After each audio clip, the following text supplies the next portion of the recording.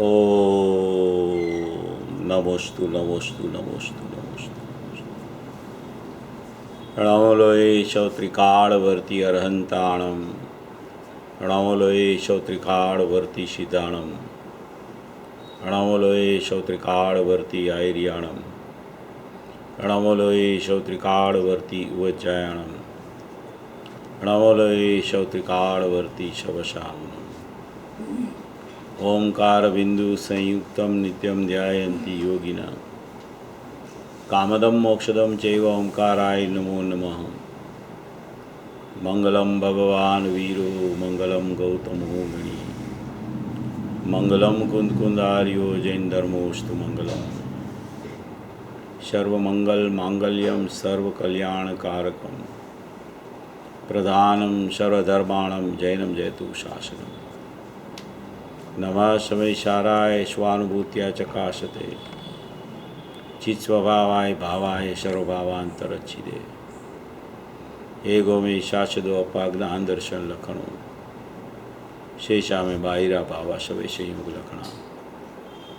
मारो सुशाश्वत एक दर्शन ज्ञान लक्षण जीव छे, बाकी बधा संयोग लक्षण भाव मुझथी बाह्य छे। हूँ एक शुद्ध सदा अरूपी ज्ञान दर्शनमय खरे, कहीं अन्य ते मारू जरी परमाणु मात्र नहीं अरे। जे जाणतो अरहंत ने गुण द्रव्य ने परिजय पणे, ते जीव जाणे आत्मने तसु मोह पामे लय खरे। नहीं अप्रमत के प्रमत नहीं जे एक ज्ञायक भाव छे, ए रीत शुद्ध कथाए ने जे ज्ञात ते तो तेज छे। जेम नेत्र तेमज ज्ञान नहीं कारक नहीं भेद करे, जाने ज कर्मोदय निर्जरा बंध तेमज मोक्ष ने। ध्रुव अचल ने अनुपम गति पामेल सर्वेशित ने, वंदी कहूँ सुत केवड़ी कथिताशमय प्राभु कहूँ। तु स्थाप निज ने मोक्ष पंथे, या अनुभव ते हने, ते माज नित्य विहार कर, नई विहर पर द्रव्य विषय। ओम श्री नमस्तेभ्य नमस्तेभ्य नमस्तेभ्य। कुंकुद आचार्य देव द्वारा रचा हुआ ये समयसार जी परमागम शास्त्र है। उसमें जयसेन आचार्य देव की सर्वविशुद्ध ज्ञान अधिकार की 320 गाथा पर अपनी चर्चा चल रही है। उसमें अपना आज पूर्णाहुति का दिन में ये प्रत्यक्ष प्रतिभास में जो आखिरी में आया है, जो 320 गाथा का मूल हृदय है, वो आखिरी में उसकी पूर्णाहुति में जयसेन आचार्य देव ने लिख दिया है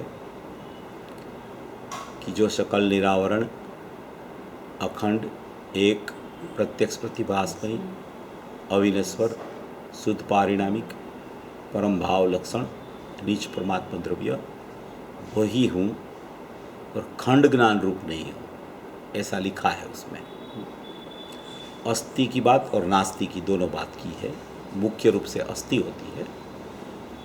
तो ये जो बोल सकल निरावरण वाला आया, उसके ऊपर अपनी चर्चा सवेरे चल रही थी, उसका विचार अपन कर रहे थे सवेरे। बहुत अच्छा प्रकरण जयसेन आचार्य देव ने इसमें भर दिया है कि आत्मा का स्वरूप कैसा है। आत्मा का स्वरूप माने कि अंदर का उसका त्रिकाल रूप, माने कि एक गुण में अनंत गुण का रूप, ये आत्मा का वास्तविक स्वरूप, गुणी का स्वरूप, अनादि अनंत स्वरूप, ज्ञायक भाव का स्वरूप, परम परिणामिक भाव लक्षण वाला एक चैतन्य परमात्मा, उसका अंदर का स्वरूप, भूतार स्वभाव है उसका अंदर का स्वरूप। ये पूरा जो दृष्टि का विषय जो द्रव्य है, उसके लिए जो भी विशेषण दिए जाते हैं, उसका जो अंदर में वो स्वरूप कैसा है, अंदर में वो स्वभाव कैसा है, स्वभाव और स्वरूप। स्वभाव माने भाव माने गुण, स्व माने मेरा, तो अनंत गुण ऐसा अनंत गुणात्मक को स्वभाव कहते हैं।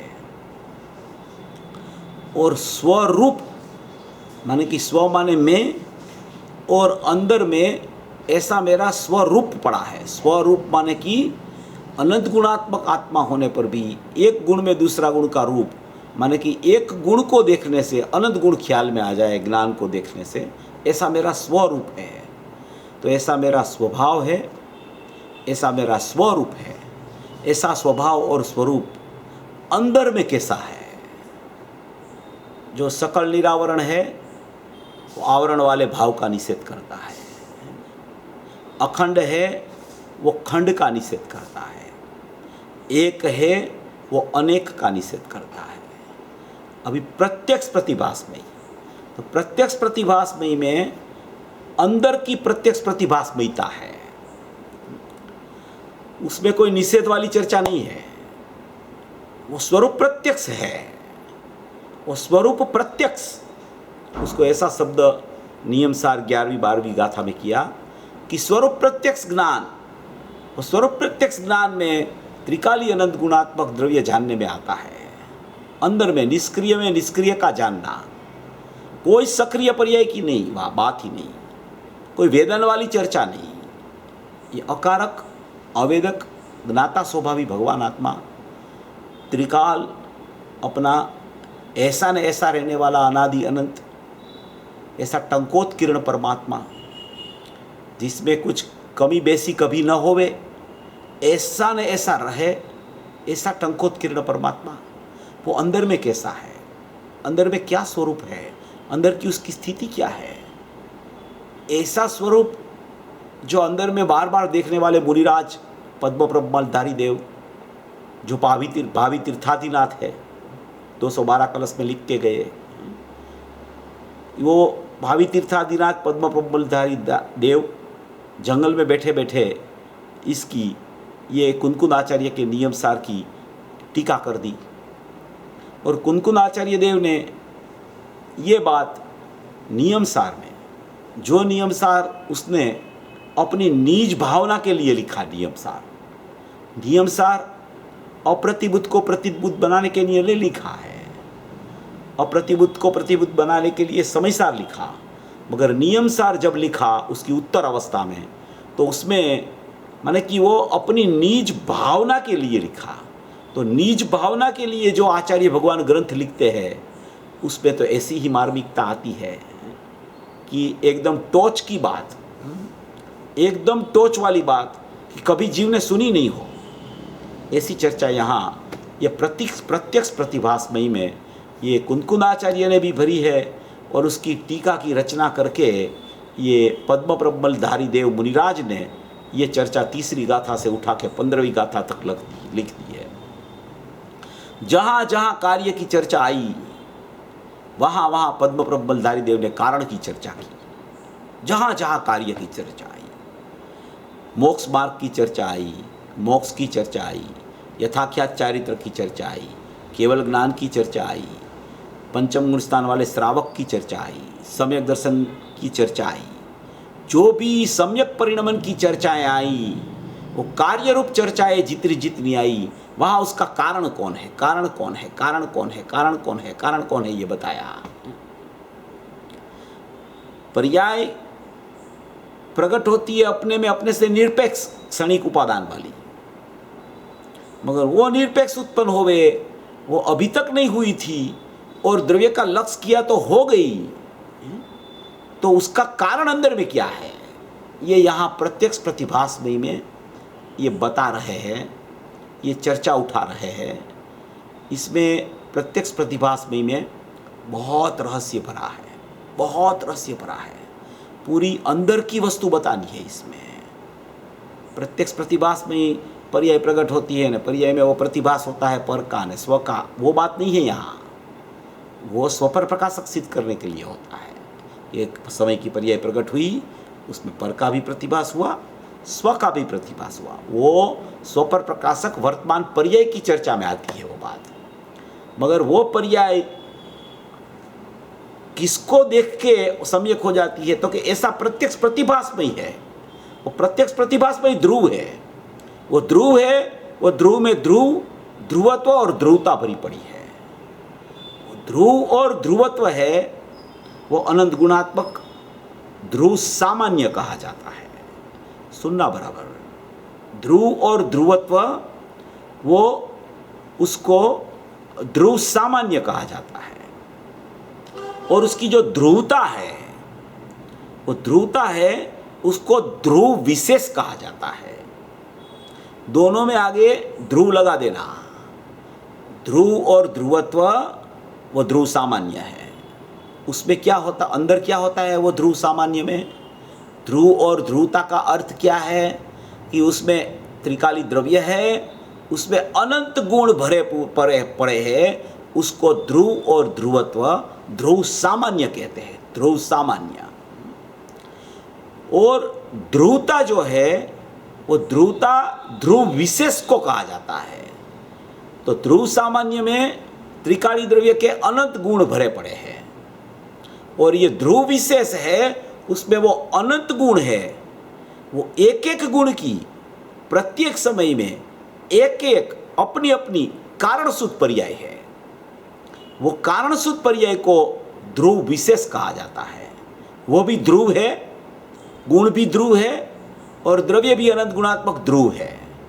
इसलिए ध्रुव, ध्रुवत्व और ध्रुवता ऐसा एक अभेद परिपूर्ण दृष्टि का विषय है। उसमें कोई भेद नहीं है, भेद से समझाया जाता है। भेद से समझाया जाता है कि प्रत्यक्ष प्रतिभासमय, तो प्रत्यक्ष प्रतिभासमय क्या है?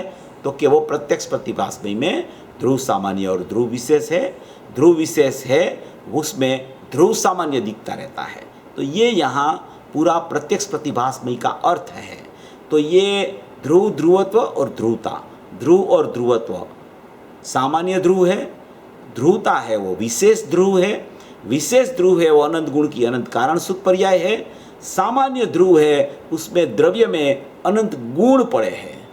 तो गुण है वो शक्ति रूप होता है। त्रिकाली द्रव्य में शक्ति रूप गुण को कहा जाता है। और ये कारण सूत्र पर्याय है ध्रुव विशेष, उसको स्वभाव कहा जाता है।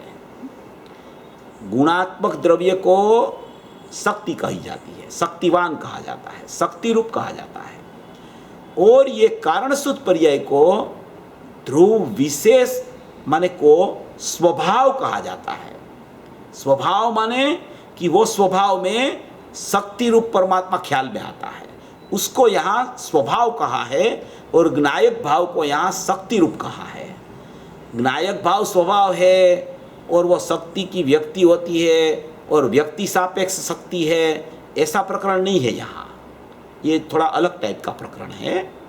और इसमें जो बताना चाहते हैं वो उस तरीके से अपन सोचेंगे तो पता चलेगा। क्योंकि इसमें 2-3 बार श्रोता ने प्रश्न किया है कि ये तो शक्ति है ना, ये तो शक्ति है ना, ये तो शक्ति है ना। तो गुरुदेव हर बार बोले कि शक्ति तो है, निषेध नहीं करते शक्ति का, क्योंकि शक्ति तो भरी पड़ी है। शक्ति तो है मगर जानने का स्वभाव पड़ा है। शक्ति तो है ध्रुव सामान्य रूप, मगर जानने का स्वभाव पड़ा है। वो स्वभाव ध्रुव विशेष है, उसको जानने का स्वभाव बोला जाता है। ये तो स्वभाववान है और ये स्वभाव है। तो ये स्वभाव कैसा है? शक्ति रूप ध्रुव सामान्य को वो जानने के लिए समर्थ है, जानना उसमें वर्त रहा है। ये भी निष्क्रिय है, ये भी निष्क्रिय है। ये निष्क्रिय में निष्क्रिय का जानना निरंतर वर्त रहा है, वर्त रहा है। वो निरंतर जानना वर्त रहा है, निरंतर वो प्रत्यक्ष प्रतिभासमय है। प्रत्यक्ष माने कि खुद स्वयं, और प्रतिभास माने कि ज्ञान, उसके मय। प्रतिभासमय शब्द जहाँ आवे वहाँ त्रिकाली द्रव्य समझना। प्रतिभास शब्द आवे मात्र तो ऐसा समझना कि स्वपर का प्रतिभास की चर्चा है। प्रतिभासमय आवे तो त्रिकाली द्रव्य की चर्चा है। प्रतिभास शब्द आवे तो ज्ञान में स्व और पर का प्रतिभास होता है। ये शब्द, ये बात है। देखो एक एक शब्द में मर्म रहता है। आचार्य के शब्द जो और मुनिराज के शब्द जो शास्त्र में लिखे जाते हैं वो बहुत, माने कि उसकी कलम भी ऐसे चलती है कि जैसे अंदर में भाव चलता है। वो है दोनों को निमित्त नैमित्तिक संबंध है। कलम का, कलम चलने का कोई कर्तव्य अंदर भाव में नहीं पड़ा है। वो तो जड़ का परिणमन है। मगर जड़ का परिणमन भी ऐसा हो गया है, जो चेतन स्वभाव जिसमें जो जड़ में रहता है, वो जड़ का परिणमन भी चेतन का भाव के अनुरूप चलता रहता है। ऐसी कोई प्रक्रिया मुनिराज की सप्तम छठे गुणस्थान वाले की आचार्यों की चलती रहती है। तो ये यहाँ पूरा सिद्ध कर रहे हैं। ये मुनिराज ने अपने स्वभाव में से आई हुई बात लिखी है, इसलिए गुरुदेव बार बार बोलते थे इसमें, इसका बहुमान करना, इसको ऐसा नहीं समझना कि ये तो इसमें क्या है, ऐसा कुछ मत सोचना, इसका बहुमान करना। गुरुदेव बोलते हैं कि हमने एक नक्शा बनाया था, वो नक्शा भी अभी हमने सोनगढ़ स्वाध्याय हॉल में अभी भी है वो नक्शा, वो उसका नक्शा बनाया था, उसकी चर्चा ज़्यादा करनी थी मगर वो पंडित लोगों को नहीं बैठा, इसलिए हमने वो उसको रख दिया।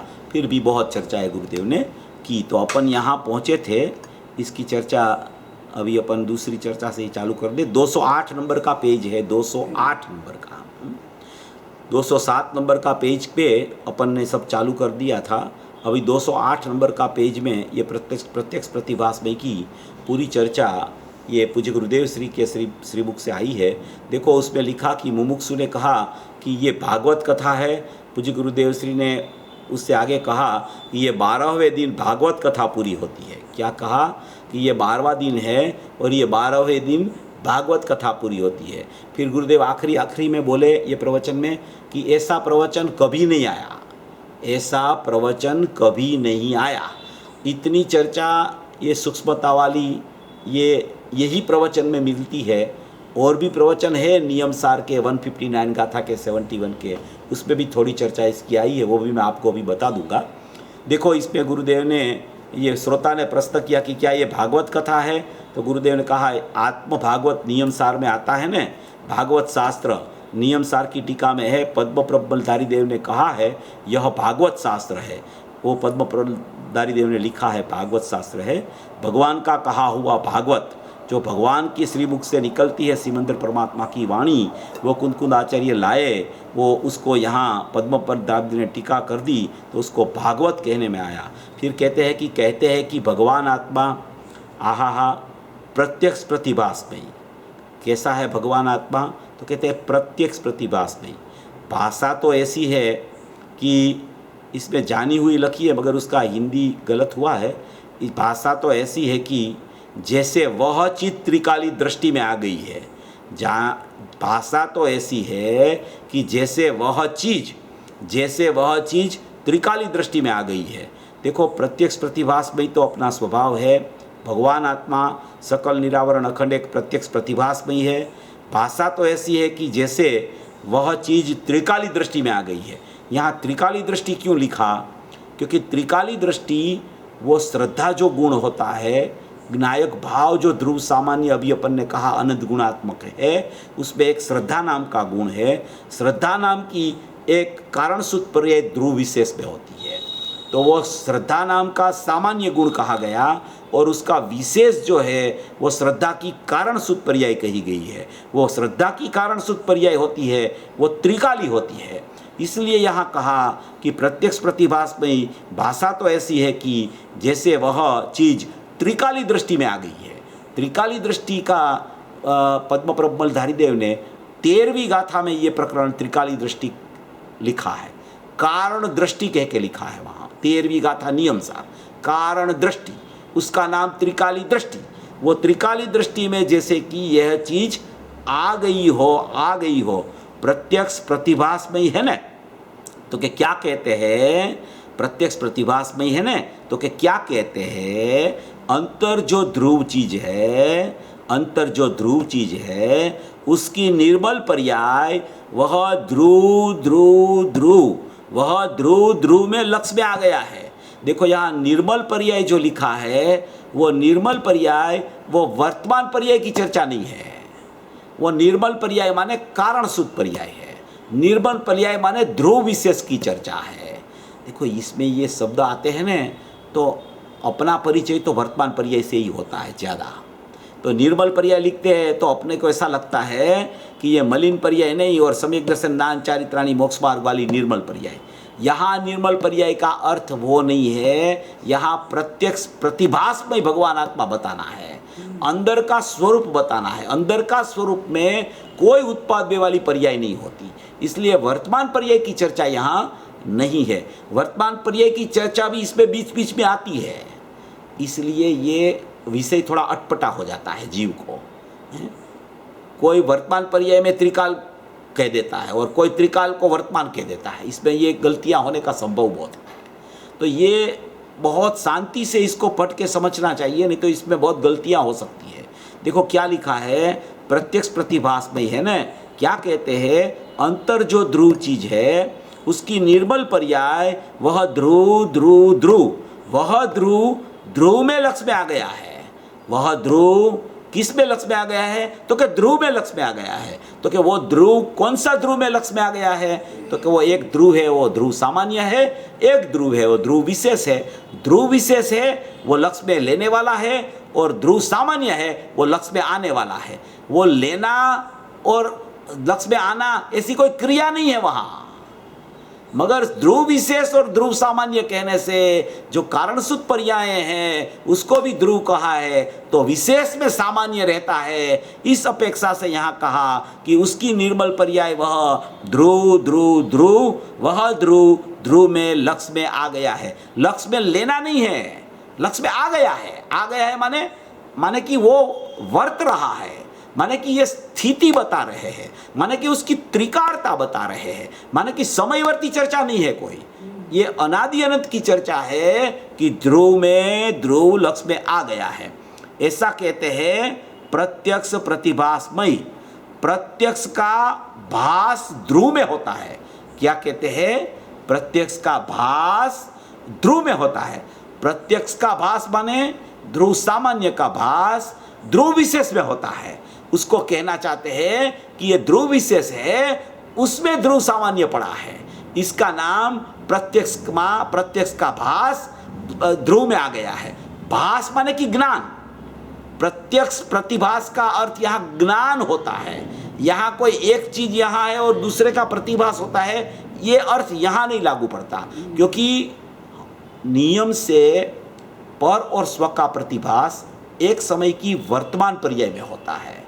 वर्तमान पर्याय की जब चर्चा हो तब पर का भी प्रतिभास होता है, स्व का भी प्रतिभास होता है। ध्रुव में कोई स्व पर का प्रतिभास नहीं होता, इसलिए ध्रुव कैसा है, प्रतिभासमय है। और प्रतिभासमय में निर्मल पर्याय वो ध्रुव ध्रुव ध्रुव ध्रुव, वह ध्रुव में लक्ष्य में आ गया है। तो उसका क्या मतलब है कि प्रत्यक्ष प्रतिभासमय, प्रत्यक्ष का भास ध्रुव में होता है, प्रत्यक्ष का भास ध्रुव में होता है। उसका मतलब कि जो त्रिकाली द्रव्य है वो सचमुच में ध्रुव विशेष में ध्रुव सामान्य ख्याल में आता है, उसका ज्ञान हो रहा है। ऐसा भाई, यह वस्तु जो प्रत्यक्ष प्रतिभास में है, प्रतिभास अर्थात जो ध्रुव है, पहले कहते हैं कि वस्तु जो प्रत्यक्ष प्रतिभास में है।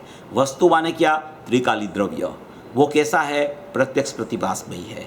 वो उसमें कोई भेद है ध्रुव सामान्य और ध्रुव विशेष का, तो क्या बिल्कुल भेद नहीं है। तो फिर इसमें क्यों कहा कि उसका प्रतिभास हो रहा है, तो कि उसमें ज्ञान का प्रवाह चल रहा है। क्या चल रहा है उसमें, ध्रुव सामान्य और ध्रुव विशेष में ज्ञान का प्रवाह चल रहा है। वो प्रवाह बहता प्रवाह है, वो नित्य ध्रुव प्रवाह है। वो नित्य ध्रुव प्रवाह गुरुदेव बहुत बार वर्ड यूज करते हैं, नित्य ध्रुव प्रवाह, चैतन्य का नूर का पूर, ये सब जो शब्द है वो सब ये कारण सूत्र पर्याय के लिए, ध्रुव सामान्य और ध्रुव विशेष के लिए गुरुदेव ने यूज किया है। इसलिए ये अंदर की सत्ता है, वो अंदर की सत्ता में ध्रुव सामान्य और ध्रुव विशेष पना, ऐसे उसका प्रवाह पना ध्रुव प्रवाह बोला जाता है।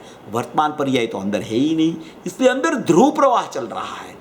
ऐसा एक जीवन चल रहा है, ऐसा असंख्य प्रदेश में अनंत गुणात्मक और अनंत कारण सूत्र पर्यायात्मक ऐसा एक स्वरूप अंदर पड़ा है, ऐसा एक स्वभाव अनादि अनंत पड़ा है, ऐसी एक चैतन्यता अंदर पड़ी है, ऐसी एक उपयोग त्रिकाल है, उसकी उपयोगिता अंदर में अवस्थित है। ऐसा एक जो भगवान आत्मा है, ऐसा एक त्रिकाली परमात्मा है, ऐसा एक नायक भाव है, वो अंदर में वस्तु जो प्रत्यक्ष प्रतिभासमय है।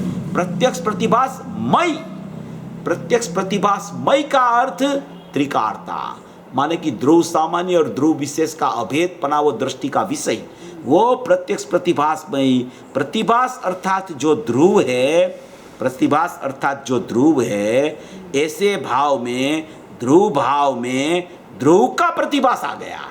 ध्रुव भाव में माने कि त्रिकाली, माने कि ध्रुव विशेष में ध्रुव का प्रतिभास आ गया, ध्रुव विशेष पे ध्रुव सामान्य का प्रतिभास माने ज्ञान आ गया। ज्ञान आ गया माने ये यहाँ रहता है, ये यहाँ रहता है और इसका ज्ञान यहाँ आता है, बिल्कुल नहीं ऐसा। ये समझाने के लिए ध्रुव सामान्य ध्रुव विशेष, ये तो प्रवाह चलता है, प्रवाह चलता है, प्रवाह चलता है, मगर इसको भेद से कहने का भी कोई माने कि उसका आशय है। ऐसे न ऐसे गुरुदेव भेद से नहीं कहते हैं। गुरुदेव का जो ज्ञान है न, वो तो समुद्र की माफिक था, है?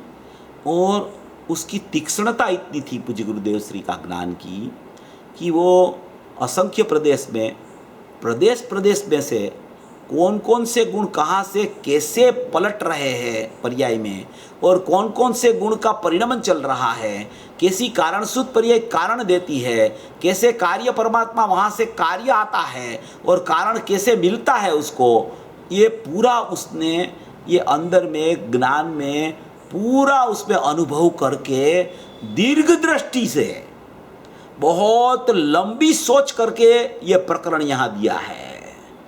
इसलिए ये गंभीर बात है, ये कोई साधारण बात नहीं है।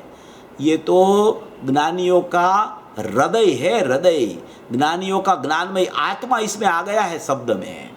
ये जो अक्षर देह में पूज्य गुरुदेव श्री का आत्मा आ गया है, और पद्म प्रबलधारी देव ने जो लिख दिया उसमें से जो रहस्य गुरुदेव ने निकाला, ये कौन निकाल सके। ये उस समय में बड़े बड़े आचार्य कहलाते थे, बड़े बड़े मुनियों कहलाते थे, उसको भी ये पता नहीं था।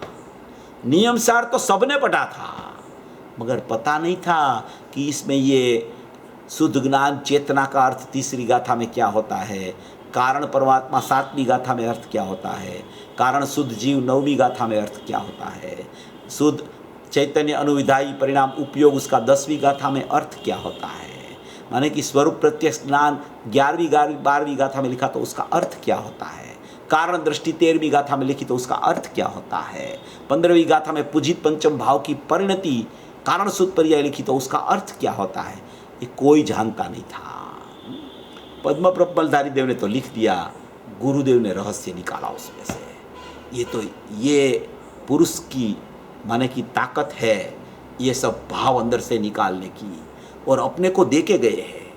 बार बार ये बात बोलते रहते, अपने को देके गए हैं कि तेरा देख, तेरा अंदर स्वरूप में इतनी महिमावंत शक्तियाँ पड़ी है, इतनी शक्तियाँ के साथ में इतना कारणपणा पड़ा है कि तेरा कार्य है न, उसकी तो तू फिक्र ही मत कर।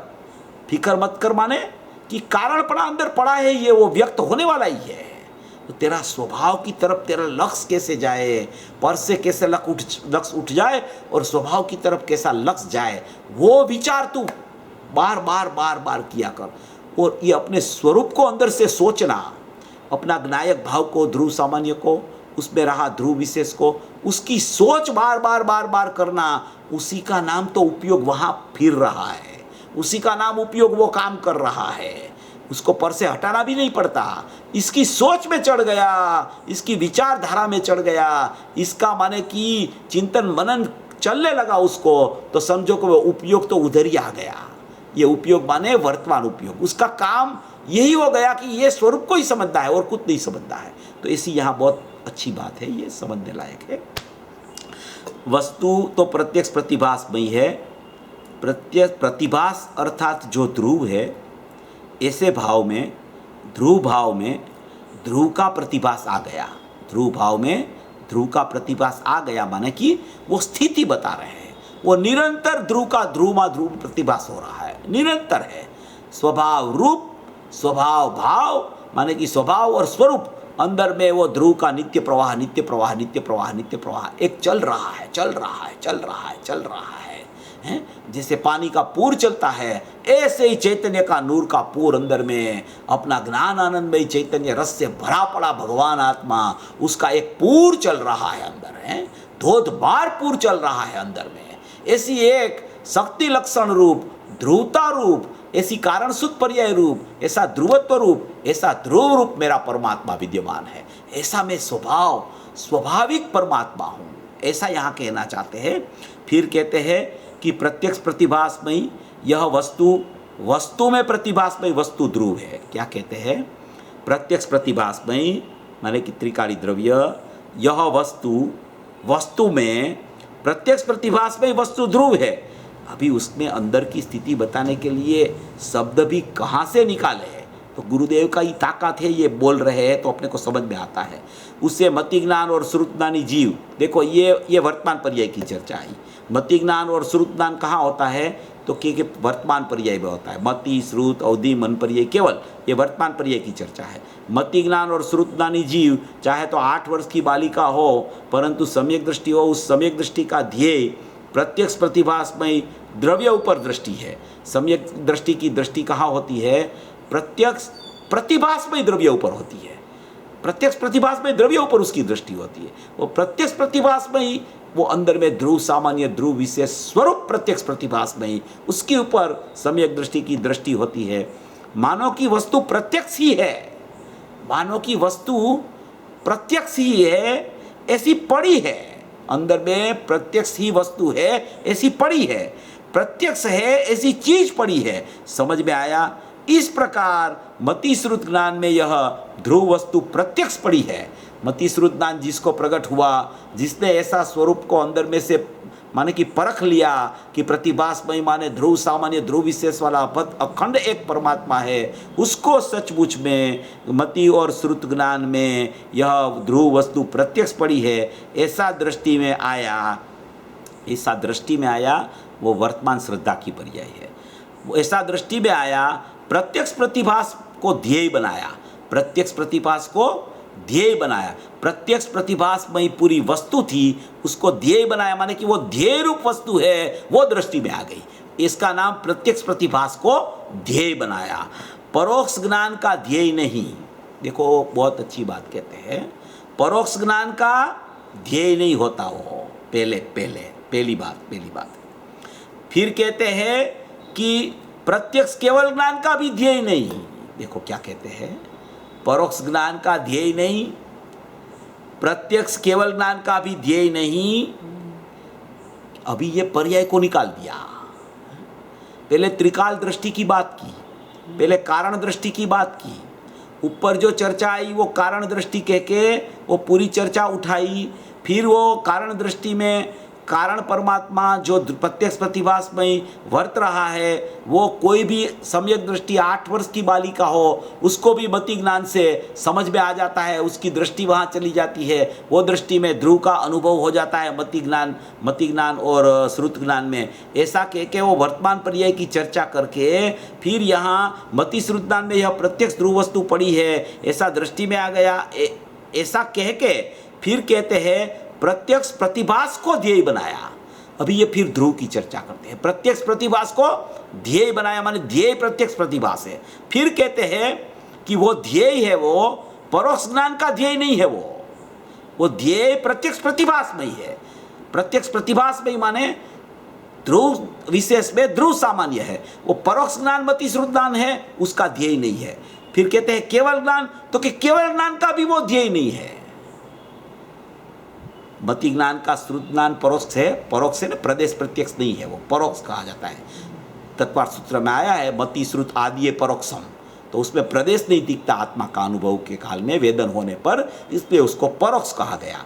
और केवल ज्ञान में वेदन प्लस प्रदेश प्रत्यक्षता होती है, इसलिए उसको प्रत्यक्ष कहा जाता है। तो यहाँ कहते हैं कि प्रत्यक्ष प्रतिभास को ध्येय बनाया। प्रत्यक्ष प्रतिभास को ध्येय बनाया माने प्रत्यक्ष प्रतिभास नाम की वस्तु जो पूरी थी वो ध्येय है। वो ध्येय कब बनता है, वो कौन ध्યેय बनाया कि वो माने कि ध्रुव विशेष ने ध्रुव सामान्य को ध्येय बनाया। ऐसा दृष्टि में ख्याल में आ गया कि ध्रुव विशेष में ध्रुव सामान्य है, ऐसा दृष्टि में ख्याल आया। तो वो परोक्ष ज्ञान का वो ध्येय नहीं होता, केवल ज्ञान का भी वो ध्येय नहीं, वो तो ध्रुव विशेष का ध्रुव सामान्य ध्येय होता है, ऐसा कहना चाहते हैं यहाँ। ये बहुत मार्मिक बात है। माने कि वर्तमान पर्याय की चर्चा यहाँ अनुभव की करते करते भी सीधे वो त्रिकाली द्रव्य में चले जाते हैं। परोक्ष ज्ञान का ध्येय नहीं, प्रत्यक्ष केवल ज्ञान का भी ध्येय नहीं। देखो फिर प्रश्न आता है श्रोता का, प्रश्न आवे ना, क्योंकि ऊपर मति ज्ञान की चर्चा करके, दृष्टि की चर्चा करके फिर आप कहते हो कि परोक्ष ज्ञान का भी ध्येय नहीं और प्रत्यक्ष केवल ज्ञान का भी ध्येय नहीं, तो वो किसका ध्येय है? किसका ध्येय है? तो कहते हैं देखो, वह ध्येय नहीं, वह ध्येय नहीं। तो क्या ध्येय कैसा है? वो ध्येय नहीं, तो ध्येय कैसा है? तो क्या ध्रुव में ध्रुव का प्रतिभास हो गया, ध्रुव में ध्रुव का प्रतिभास हो गया, वह ध्येय है। वो तो वहाँ जो चर्चा मति श्रुतदान की 8 वर्ष की बालिका की, वो तो वो जीव को ऐसा ध्रुव में ध्रुव प्रतिभास हो रहा है, ऐसा प्रतिभास में ख्याल में आ गया, उसको ऐसा ख्याल में आ गया कि मेरा ज्ञान को मेरे को वहाँ नहीं ले जाना है, वहाँ तो अंदर में त्रिकाल ज्ञान, त्रिकाली ध्रुव चैतन्य स्वरूप अनंत गुणात्मक ध्रुव सामान्य को त्रिकाल ध्रुव विशेष है, वो जान ही रहा है, वो जानने में समर्थ है, वो जानने को वर्त रहा है, ऐसा उसको पता चल गया। उसी का नाम उसको मति श्रुतदान हो गया, उसी का नाम उसकी दृष्टि हो गई। यहाँ उसको पता चल गया कि ध्येय ऐसा है। ध्येय में क्या है कि ध्रुव विशेष और ध्रुव सामान्य है, वो ध्रुव विशेष में ध्रुव सामान्य वर्त रहा है, ऐसा प्रत्यक्ष प्रतिभास में उसको ख्याल में आ गया, उसका नाम दृष्टि हो गई, उसका नाम मति श्रुतदान हो गया। मगर वो मति श्रुतदान का ये ध्येय है, केवल ज्ञान का ये ध्येय है, तो क्या वो नहीं है, वो ध्रुव विशेष का ध्रुव सामान्य ध्येय है, ऐसा कहते हैं। वह ध्येय नहीं, ध्रुव में ध्रुव का प्रतिभास हो गया, ऐसी चीज है। ध्रुव में ध्रुव का प्रतिभास हो गया माने कि ध्रुव में ध्रुव का ज्ञान वर्त रहा है, ऐसी यह चीज है, ऐसा कहते हैं। क्योंकि मति श्रुतदान में भी प्रत्यक्ष नाम का त्रिकाल गुण है, प्रकाश नाम का मति श्रुतदान होवे तो भी त्रिकाल नाम का गुण प्रकाश नाम का अंदर में पड़ा है। 12वीं शक्ति आई है, 12 नंबर की शक्ति, स्वयं विशद प्रकाशमान, ऐसी प्रकाश शक्ति ऐसा आया है। उसमें स्वसंवेदनमय लिखा है, वहां क्या लिखा है? स्वयं विषाद प्रकाशमान स्वसंवेदनमय प्रकाश शक्ति। तो शक्ति स्वसंवेदनमय कैसे हुए? शक्ति में स्वसंवेदन थोड़ी होता है। तो क्या स्वसंवेदन का अर्थ वो वहां गुरुदेव ने शक्ति के प्रवचन में लिया कि पर्याय में वेदन होता है, वो अपेक्षा से यहाँ स्वसंवेदनमय कहा गया है। मगर वो प्रकाश शक्ति का स्वसंवेदनमयपना कहा, वो संवेदन माने वेदन अगर आप न लो शक्ति में, तो ये प्रकाश शक्ति भी वो शक्ति में गुण है और गुण की कारण पर्याय है, उसको भी सचमुच में वेदन नहीं, वेदन की चर्चा नहीं है, वेदन तो वर्तमान पर्याय में होता है। इसलिए यहाँ प्रकाश गुण की व्याख्या कर रहे हैं गुरुदेव, स्वसंवेदनमय लिखा है वहां, स्वसंवेदनमय प्रकाश शक्ति। देखो कहते हैं यहाँ, क्योंकि उसमें प्रत्यक्ष नाम का गुण है, त्रिकाल गुण है प्रकाश नाम का, आत्मा में प्रकाश नाम का त्रिकाल गुण है, वह 47 शक्ति में आता है। 12वीं शक्ति प्रकाश शक्ति, उस गुण का कार्य क्या, कि गुण का कार्य क्या, तो कि गुण ही प्रत्यक्ष प्रतिभास में है। क्या कहते हैं? गुण ही प्रत्यक्ष प्रतिभास में है, कार्य की चर्चा नहीं है, गुण ही प्रत्यक्ष प्रतिभास में। माने कि ध्रुव सामान्य और ध्रुव विशेष पूरा एक त्रिकाली द्रव्य में बसता है, उसको प्रत्यक्ष प्रतिभासमय कहा जाता है। ऐसी यहाँ ये प्रत्यक्ष प्रतिभासमय की चर्चा बहुत बहुत गंभीर है, बहुत समझने लायक है। जब तक ध्रुव सामान्य और ध्रुव विशेष उसका ज्ञान में निर्णय में नहीं आता, तब तक ये प्रत्यक्ष प्रतिभासमय की चर्चा नहीं बैठती। ऐसा एक स्वरूप बताया कारण सूत्र पर्याय का और त्रिकाली द्रव्य का, ध्रुव सामान्य और ध्रुव विशेष का। ध्रुव सामान्य है वो अनंत गुणात्मक है, ध्रुव विशेष है वो अनंत कारण सूत्र पर्यायात्मक है। वो ध्रुव सामान्य और ध्रुव विशेष मिलके पूरा एक दृष्टि का विषय, जो अपन उपादेयभूत तत्व कहते हैं, जो अपन आश्रयभूत तत्व जिसको कहते हैं, जो अपन नियम सार में कारण परमात्मा जिसको कहा है। तो कारण परमात्मा क्यों कहा? परमात्मा है वो ध्रुव सामान्य है और उसमें कारण है वो ध्रुव विशेष है, उसका नाम कारण परमात्मा है, वो कारण परमात्मा है। और गुरुदेव ने ये प्रवचन में भी बोला, पहले भी बोला है बहुत प्रवचनों में, कि जब तक ध्रुव सामान्य के साथ में ध्रुव विशेष को आप नहीं मिलाओ, तब त्रिकाली द्रव्य की पूर्णता नहीं होती। क्या बोला? ध्रुव सामान्य में ध्रुव विशेष को आप मिलाओ नहीं, उसको एक रूप न देखो और उसको अंदर से न समझो कि ध्रुव सामान्य और ध्रुव विशेष ऐसा दोनों मिलके एक उपादेयभूत वस्तु है, तब तक अकेले ध्रुव सामान्य से माने कि ध्रुव की पूर्णता नहीं होती।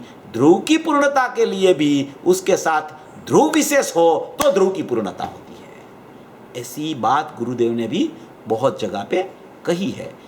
ये समझने का विषय है, ये चर्चा का विषय है, बहुत जरूर है। गुरुदेव ने एक जगह ये भी किया है, ये भी कहा है कि अगर कोई जीव को कारण सूत्र पर्याय का पता न हो, समझ लो कि न पता हो, तो भी वो अनुभव में बाधक नहीं है। अनुभव में जिसको कारण सूत्र पर्याय पता है उसी को ही अनुभव होता है, ऐसा नहीं होता। क्योंकि तिर्यंच के जीव होते हैं, उसको कहाँ पता है कारण सूत्र पर्याय क्या है? उसको तो त्रिकाली द्रव्य क्या है वो भी पता नहीं है।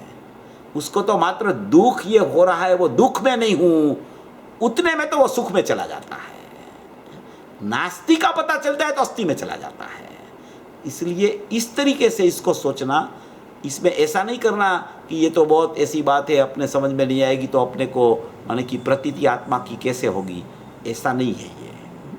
मगर ये गुरुदेव ने कहा है, बहुत गुरुदेव ने बहुत बार बोला है, आखिरी तक बोल गए हैं और यहाँ विषय आया है प्रत्यक्ष प्रतिभास में, इसलिए उसको अपन चर्चा में ले रहे हैं। देखो यहाँ और है, यह वस्तु है सच्ची भागवत। देखो बात ऐसी भी चली कि पर्याय परिणमन है, वस्तु परिणमन है, परंतु वह पर्याय ध्यान किसका करती है? क्या कहते हैं कि बात ऐसी चली कि पर्याय है, परिणमन है, परंतु वह पर्याय ध्यान किसका करती है? तो क्या ध्रुव का। तो क्या ध्रुव का ध्यान क्या करे? अभी तो कोई पर्याय है ऐसा भी मानते नहीं, तो ध्रुव क्या है उसका कहाँ से पता चले? उसका पता नहीं उसको। तो क्या ध्यान पर्याय किसका करे हैं? पर्याय किसका ध्यान करे? ध्रुव का। तो क्या ध्रुव का ध्यान क्या करे? ध्रुव का ध्यान थोड़ी करता है, वो तो ध्रुव में ध्रुव है, ध्यान नहीं करता वो। ध्यान तो पर्याय का नाम है।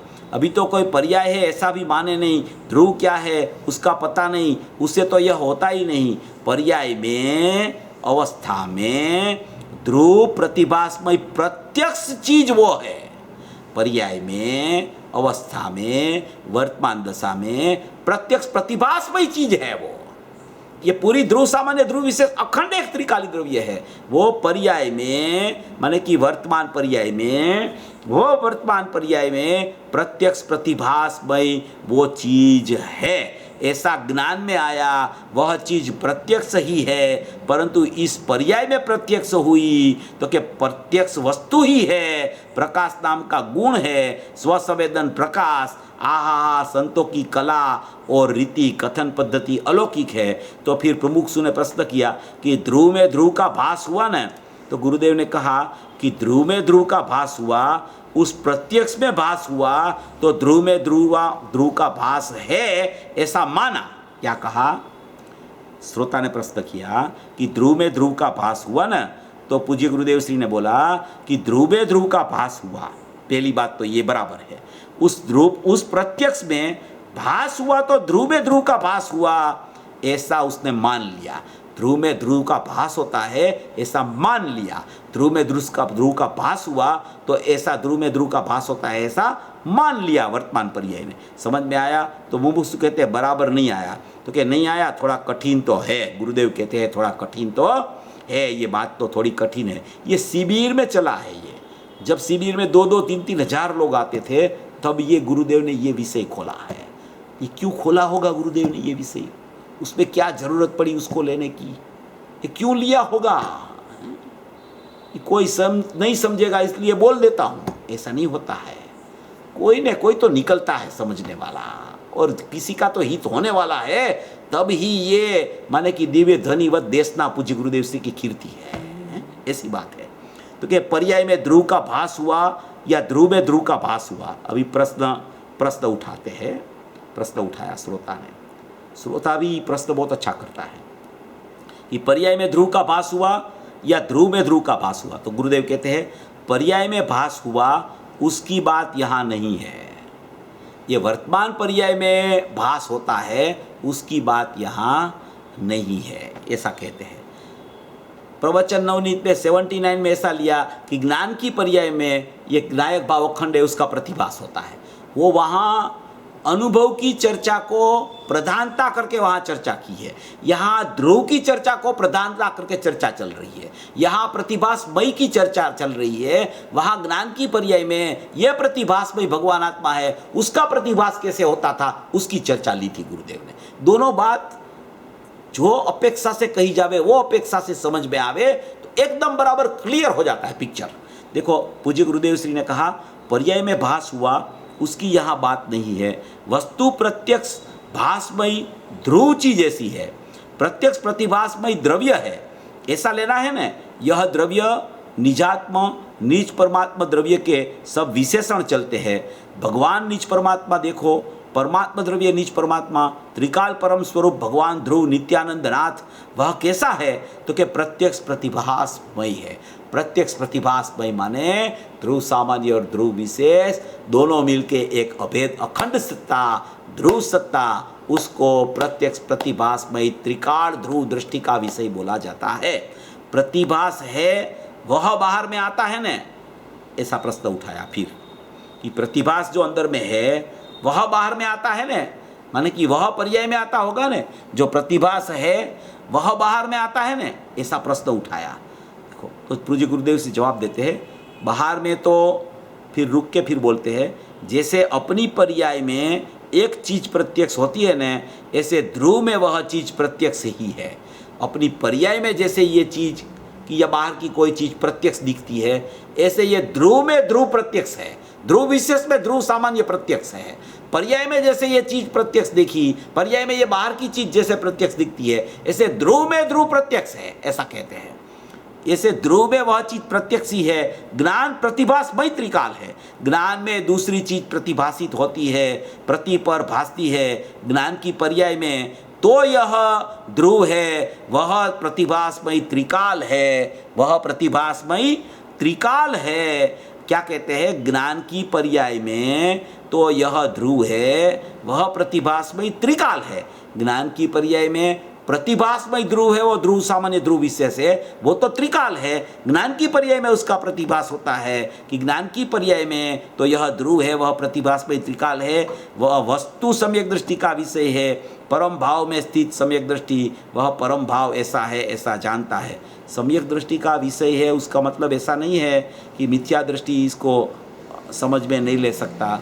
मिथ्या दृष्टि समझ में ले तो वह सम्यक दृष्टि हो जाता है। सम्यक दृष्टि का विषय है, उसका मतलब ये है कि जब ऐसा ख्याल में आता है तब वो सम्यक दृष्टि हो जाता है।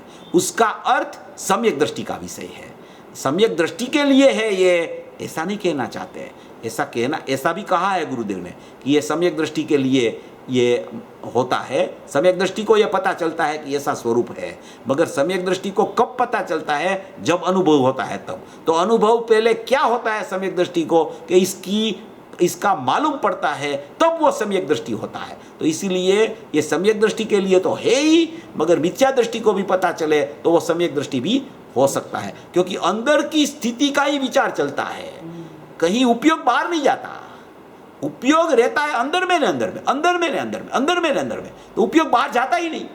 तो उपयोग चाहे तो ध्रुव विशेष में रहे, चाहे ध्रुव सामान्य में रहे, उसका विचार में रहे, तो विचार की एक धारा भी उस तरफ स्मरण ज्ञान की चलने लगती है।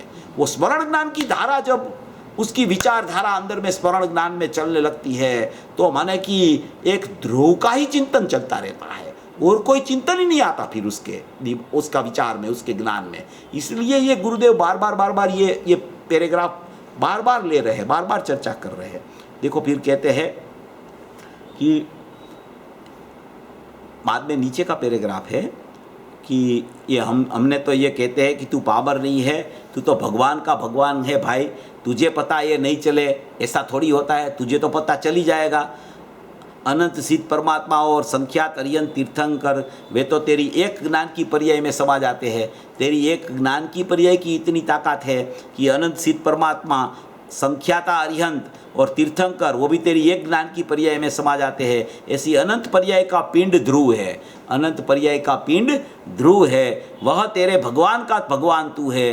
भाई यह साहेब की व्याख्या चलती है, भाई साहेब यह साहेब तो यह है अंदर, साहेब की व्याख्या चलती है ना, साहेब कौन है तो क्या साहेब तो अंदर भगवान आत्मा है, जो भगवान अंदर प्रत्यक्ष प्रतिभासमयी है अर्थात ज्ञान प्रत्यक्ष। यह तो नियम सार में आता है ना कि कारण समय सार को जानने वाला ज्ञान त्रिकाल उसमें पड़ा है।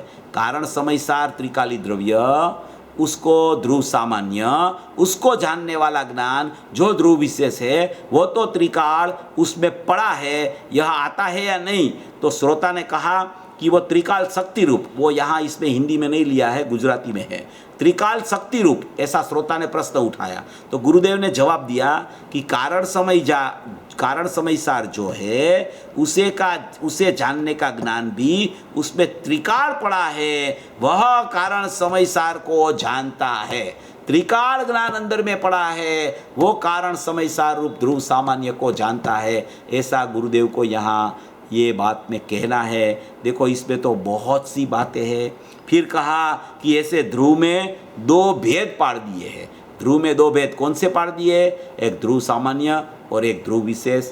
एक कारण समय सार वो ध्रुव सामान्य, और वो त्रिकाल माने कि कारण समय सार उसको जानने वाला माने कि त्रिकाल ज्ञान, वो कारण और समय सार माने त्रिकाली परमात्मा। ऐसा कारण समय सार स्वरूप भगवान आत्मा, उसको ज्ञान ने जाना। भगवान कारण अर्थात यहाँ जो परमात्म द्रव्य कहते हैं वह कारण समय सार, उसे क्या कहते हैं कि कारण समय सार में एक ज्ञान ऐसा है कि जो अपने को पूर्ण जानता है।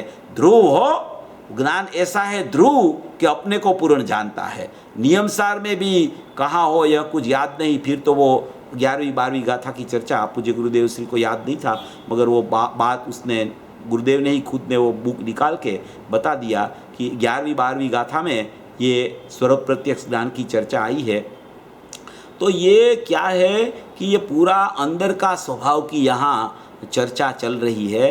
देखो और पैराग्राफ भी है, मैं आपको बता देता हूँ सब, फिर आप उसकी थोड़ा विचार कर लेना और बाद में कभी मौका मिलेगा और किसी की इच्छा होगी तो इसको थोड़ा अपन और भी खोलेंगे।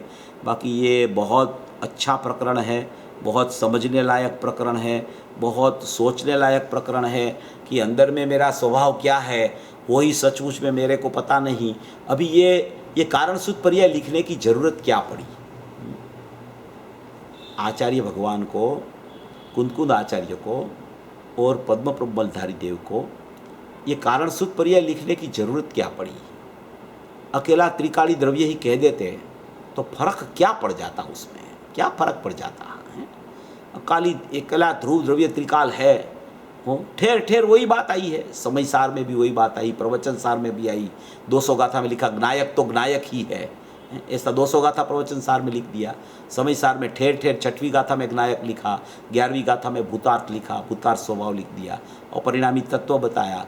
बहुत सी गाथा में ऐसी ही चर्चा आ गई और यहाँ प्रत्यक्ष प्रतिभास में 320वीं गाथा में लिख दिया और उसको कारण सूत्र पर्याय अंदर में है, ऐसा स्वभाव है प्रत्यक्ष प्रतिभासमयी, वो नियम सार में से पूज्य गुरुदेव श्री ने यहाँ डाल दिया। तो ये सचमुच में इसकी चर्चा करने की जरूरत क्या होगी? ये आचार्य भगवान ने, कुंद आचार्य देव ने भी कारण का उल्लेख किया और पद्म प्रबलधारी देव ने भी वहाँ पूजित पंचम भाव की परिणति वो कारण सूत्र पर्याय ऐसा लिख दिया है। तो ये ज़रूरत क्या पड़ी उसको लिखने की? क्यों लिखा ऐसा, क्या ज़रूरत थी? देखो भैया ऐसा है, कारण सूत्र पर्याय होती है वो एक एक गुण की एक एक कारण पर्याय होती है। श्रद्धा गुण की श्रद्धा की कारण पर्याय होती है, ज्ञान गुण की ज्ञान की कारण पर्याय होती है, चारित्र की चारित्र कारण पर्याय होती है। अलग अलग गुणों की अनंत गुण है, अनंत गुणों की अनंत कारण सूत्र पर्याय होती है। वो से है अंदर सब अभेद है, सब त्रिकाल में प्रत्यक्ष प्रतिभास में है, वो अलग से नहीं है। ध्रुव सामान्य और ध्रुव विशेष दो नाम दिया, इसलिए वो अलग भी ऐसे कह सकते हैं। दो भेद पाड़ दिया गुरुदेव ने बोला ना, तो वो इस तरीके से कह सकते हैं। गुरुदेव ने कहा कि ये सपाटी है ना, सपाटी, ध्रुव की सपाटी कहो, जिसे समुद्र का दृष्टांत देते थे कि समुद्र की सपाटी है, वो सपाटी ऊपर से मोजा उठता है। सपाटी ऊपर से मोजा उठता है, उसका मतलब क्या है कि वो सपाटी है, वो कारण शुद्ध पर्याय है। वो अंदर ध्रुव में आप चले जाओ, जितनी भी गहराई में जाओ तो वो अनंत गुणात्मक त्रिकाली ध्रुव पड़ा है, और ऊपर ऊपर ऊपर वो सपाटी है, कारण शुद्ध पर्याय बोली जाती है। और वो सपाटी में से उत्पाद होता है, व्यय होता है, उत्पाद होता है, व्यय होता है, उत्पाद होता है, व्यय होता है।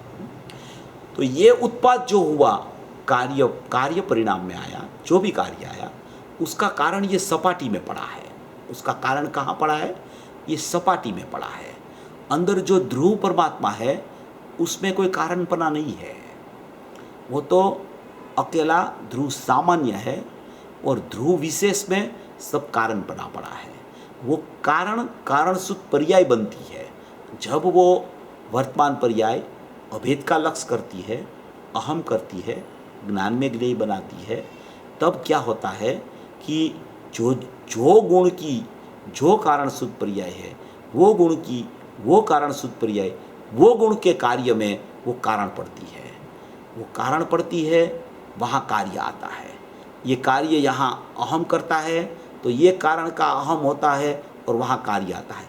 ये कारण का माने अकेला श्रद्धा गुण की पर्याय अहम करे तो कारण शुद्ध पर्याय अकेली श्रद्धा गुण की है, उसका अहम नहीं होता। पूरा त्रिकाली द्रव्य प्रतिभासमयी ध्रुव सामान्य ध्रुव विशेष है, उसका अहम होता है पूरे का। क्योंकि ऐसे कारण शुद्ध पर्याय अलग नहीं है ध्रुव से, ऐसे अलग नहीं है, ऐसे है मगर ऊपर की सपाटी पर है, ऐसे है। वो माने कि ध्रुव सामान्य ध्रुव विशेष पूरा दृष्टि का विषय है। तो जैसे श्रद्धा ये मैं हूँ ऐसे अहम करती है, तो वो पूरा द्रव्य के ऊपर अहम जाता है। पूरे द्रव्य के ऊपर अहम जाता है तो वो द्रव्य में से जो गुण अहम करता है, सब गुण की परिणति अहम करती है। तो सभी गुण की कारण शुद्ध पर्याय उसको कारण देने के लिए समर्थ बैठी हुई है। वहाँ पर्याय इधर आवे इतनी देर है, जो पर्याय इधर आई तो वो कारणपना मिल गया उधर से, क्योंकि उसमें तो कारणपना निरंतर नित्य रूप से विद्यमान है। जैसे ध्रुव विद्यमान है, ऐसे कारणपना भी विद्यमान है। कारणपना नया नहीं बनता, कारणपना वर्तमान पर्याय की योग्यता अंदर जाती है उसमें नहीं होता। कारणपना अनादि अनंत होता है, गुण अनादि अनंत होता है, द्रव्य अनादि अनंत होता है, पर्याय क्रमशः होती है। तो ये कारणपना उसको वहाँ श्रद्धा ने अहम किया, ज्ञान ने अहम किया, अनंत गुण की अनंत पर्याय परिणति बन के जब अहम करी, तो वहाँ उसको श्रद्धा की पर्याय ने अहम किया। यहाँ तो श्रद्धा की पर्याय जितनी योग्यता लेके अहम करती है, वो सटका रखे उसकी पर्याय में, वो अहम जितना करती है, वहाँ तो पूरा कारण देने की शक्ति है सभी पर्यायों को। मगर उसको श्रद्धा की पर्याय को एक समय में श्रद्धा की कारण पर्याय में से पूरा कारण मिल जाता है। उसी समय ज्ञान की पर्याय भी ज्ञायक को ज्ञेय बनाती है, तो वहाँ से उसको कारणपणा मिलता है। मगर जितनी पर्याय में आंशिक शुद्धता होने वाली है, उतना ही कारणपणा उधर से मिलता है। वो तो पूरा देती है, मगर ये पर्याय पूरा लेती नहीं, इसलिए वो आंशिक शुद्ध होती है। चारित्र की पर्याय आंशिक शुद्ध होती है, वहाँ पूर्ण कारणपणा पड़ा है। तो ये श्रद्धा की पर्याय, ज्ञान की पर्याय, चारित्र की पर्याय, अनंत गुण की अनंत पर्याय, ऐसे जो भेद पड़ते हैं, श्रद्धा चतुर्थ गुणस्थान में पूरी सम्यक हो जाती है, बाद में श्रावक का प्रकरण आता है, बाद में मुनिदशा आती है सप्तम छठे गुणस्थान में। गुणस्थान की परिपाटी जैसे गुणों की चलती रहती है पर्यायों में, ऐसे यहाँ से कारणपणा जैसे जैसे अहम हो, जैसे जैसे सदुपयोग में अनुभूति होती जावे, ऐसे ऐसे कारणपणा मिलता जावे। कारणपणा मिलता जावे, कार्य की प्रगटता उस तरह से होती जावे, और ऐसा पूर्ण कारणपणा मिल जाए तो कार्य में पूर्ण शुद्धि प्रकट हो जाए। इसलिए ये कारण शुद्ध पर्याय में कारणपना पड़ा है, इसलिए ये कारण शुद्ध पर्याय का प्रकरण ये पद्म प्रबलधारी देव मुनिराज ने विशेष रूप से वहाँ उठाया है। क्योंकि श्रद्धा की पर्याय चतुर्थ गुणस्थान में पूरी सम्यक हो गई, और चारित्र की क्यों नहीं हुई, और ज्ञान की भी क्यों नहीं हुई, उसका कारण क्या है? तो गुरुदेव कहते भी है कि भाई वो तो उस समय की, उस पर्याय की, तत्समय की योग्यता है। श्रद्धा की पर्याय का स्वभाव ही ऐसा है कि वो एक समय में पूर्ण शुद्ध हो जाती है। चारित्र का स्वभाव क्रमे क्रमे शुद्ध होना है। ज्ञान उसके बाद में परिपूर्ण शुद्ध होता है। चौथे में ही ज्ञान तो शुद्ध हो जाता है, मगर ज्ञान का उपयोग शुद्ध होने पर भी वो माने कि फिर से माने कि परलक्ष्य करता है तो परसत्तावलंबनशील हो जाता है, तो इंद्रिय ज्ञान भी खड़ा होता है। और इंद्रिय ज्ञान भी होता है, वो इंद्रिय ज्ञान भी अमुक प्रदेश से ही उत्पन्न होता है। पूर्ण प्रदेश से कभी इंद्रिय ज्ञान प्रकट नहीं होता। सब प्रदेश में से अमुक प्रदेश ऐसे है कि वहाँ से इंद्रिय ज्ञान की उत्पत्ति होती है। बाकी का सब ज्ञान है वो तो ज्ञान रूप ही रहता है, वो निर्मल होता है। ऐसा 21 गुण भी गुरुदेव ने निकाले थे अशुद्धता वाले। गुण की पर्याय माने गुण की पर्याय। तो ऐसी ये चर्चा है। इसलिए एक समय में एक पर्याय पूर्ण शुद्ध होवे और दूसरी पर्याय अपूर्ण शुद्ध, तीसरी पर्याय अपूर्ण शुद्ध, तो वहाँ जो कारण शुद्ध पर्याय पड़ी है वो कारण माने कि उसको पूरा नहीं मिला, इसलिए वो पर्याय में कार्य में माने कि अपूर्णता प्रकट होती है। इसके लिए ये कारण शुद्ध पर्याय में कारणपना निरंतर पड़ा होने पर भी ये तो पूरा कारण देने के लिए तैयार है। इसमें कोई कारणपना में कमी नहीं है। कारणपना में कोई कमी होने तो द्रव्य अधूरा हो जाए, ऐसा नहीं है। मगर ये जो यहाँ से कार्य लेने के लिए ये अहम करती है तो कारणपना वो पूरा नहीं ले सकती पर्याय। इसलिए कहा जाता है कि कारण शुद्ध पर्याय में से कारण उसको पूरा नहीं मिला, इसलिए वहाँ कार्य में पूरी शुद्धता प्रकट नहीं हुई। ऐसा ये कोई बहुत महत्वपूर्ण ये कारण शुद्ध पर्याय का विषय है। पूज्य गुरुदेव श्री ने बहुत बार खोला है। उसकी ये बुक भी है एक कारण शुद्ध पर्याय नाम की, बरसों पहले बाल निकली थी। इसमें ये पूरी शक्तियों का लिखा है। इसमें पूरा समुद्र बनाया है और समुद्र में से ये सपाटी बना के यहाँ कारण शुद्ध पर्याय दी है। और ये माने कि ये जो समुद्र की लहरें उछती है उसमें 32 श्रुत अवधि मन पर्याय बताया है। तो ये पूरा प्रकरण इस तरीके से होता है। त्रिकाली द्रव्य तो शुद्ध परिपूर्ण है, ज्ञायक भाव है, उसमें एक ज्ञान गुण है, दर्शन गुण है। अनंत गुण में ज्ञान दर्शन गुण की मुख्यता होती है और वो ज्ञान दर्शन गुण के एक ज्ञान दर्शन के त्रिकाल कारण शुद्ध पर्याय के उपयोग होते हैं और उसका प्रवाह अंदर निरंतर ध्रुव प्रवाह चलता रहता है। इसलिए वो ध्रुव विशेष में त्रिकाल का जानना देखना, त्रिकाल का त्रिकाल में जानना देखना, त्रिकाल को त्रिकाल में जानना देखना वर्तमान में वर्त रहा है। इसलिए पर्याय को वहाँ जानने, द्रव्य को जानने नहीं जाना है, जानना देखना तो चल रहा है, अंदर वर्त रहा है।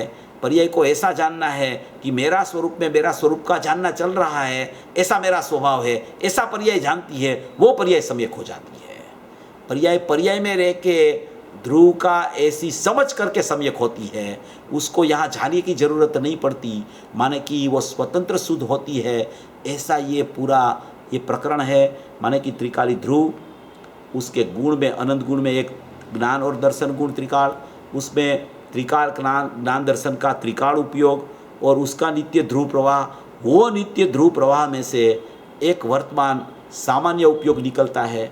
उसको सामान्य उपयोग क्यों कहा जाता है? क्योंकि वो अंदर में आए, अंदर में से निकला है। वो निरुपाधिक उपयोग है, उसको अभी किसी की सापेक्षता नहीं लगी है क्योंकि अंदर में से बाहर आया है। इसलिए ये प्रवाह चलता चलता चलता चलता चलता उपयोग तक पहुंचा है। उपयोग से बाहर वो प्रकट होने पर भी वो ज्ञान की पर्याय कहो, उपयोग कहो, वो बाहर नहीं जाता है। वो उपयोग की सीमा ही वहाँ है और फिर वो उपयोग अंदर आ जाता है, फिर वो उपयोग बाहर निकलता है उत्पाद रूप, फिर वो उपयोग अंदर आ जाता है। ऐसी कोई प्रक्रिया है, ऐसी कोई व्यवस्था अंदर चल रही है, ऐसा कोई स्वरूप जिनागम में आया है और आचार्यों ने बताया है, ज्ञानियों ने इसका बहुत माने कि विस्तार किया है। पूज्य गुरुदेव श्री के द्वारा बहुत स्पष्टीकरण आया है। तत्वार्थ सूत्र में उपयोग लक्षण लिखा है, अपने समय सार में कहीं जगह पे लिखा, नियम सार में लिखा, बहुत सी जगह पे उपयोग की चर्चा आई है। 3 प्रकार के लक्षण होते हैं आत्मा के, 3 प्रकार के। ये 3 प्रकार आपको बता के मैं विषय पूरा कर रहा हूँ। विषय तो बहुत है, चर्चा बहुत है, मगर खाली चर्चा करने से अपना काम नहीं होने वाला। अपनी अंदर की समझ चलेगी तो ही काम होगा, और वो अपनी स्वतंत्र योग्यता से होता है, किसी के निमित्त से नहीं होता। स्वतंत्र उपादानगत क्षणिक उपादान में योग्यता पक जाए तो ये ध्रुव सामान्य और ध्रुव विशेष सहज में समझ में आ जाता है। तो ऐसे 3 प्रकार के लक्षण अपने चैतन्य स्वरूप भगवान आत्मा के हैं। एक लक्षण है वो त्रिकाल का लक्षण, त्रिकाल है, उसको बोला जाता है त्रिकाली ध्रुव का लक्षण। त्रिकाल ज्ञान दर्शन उपयोग है, वो ध्रुव का ध्रुव लक्षण बोला जाता है। ये पहला लक्षण है। ये पहला लक्षण है वो ज्ञायक भाव का ज्ञायक में रहता हुआ लक्षण है। वो लक्षण नित्य लक्षण है, अविनाशी लक्षण है, एक रूप लक्षण है।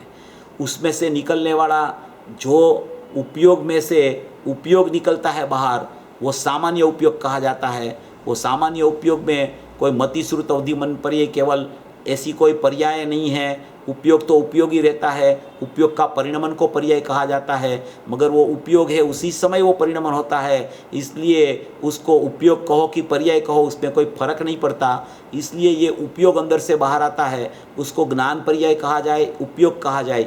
ये आत्मा का ज्ञेय का ज्ञेयभूत लक्षण वो दूसरा लक्षण है।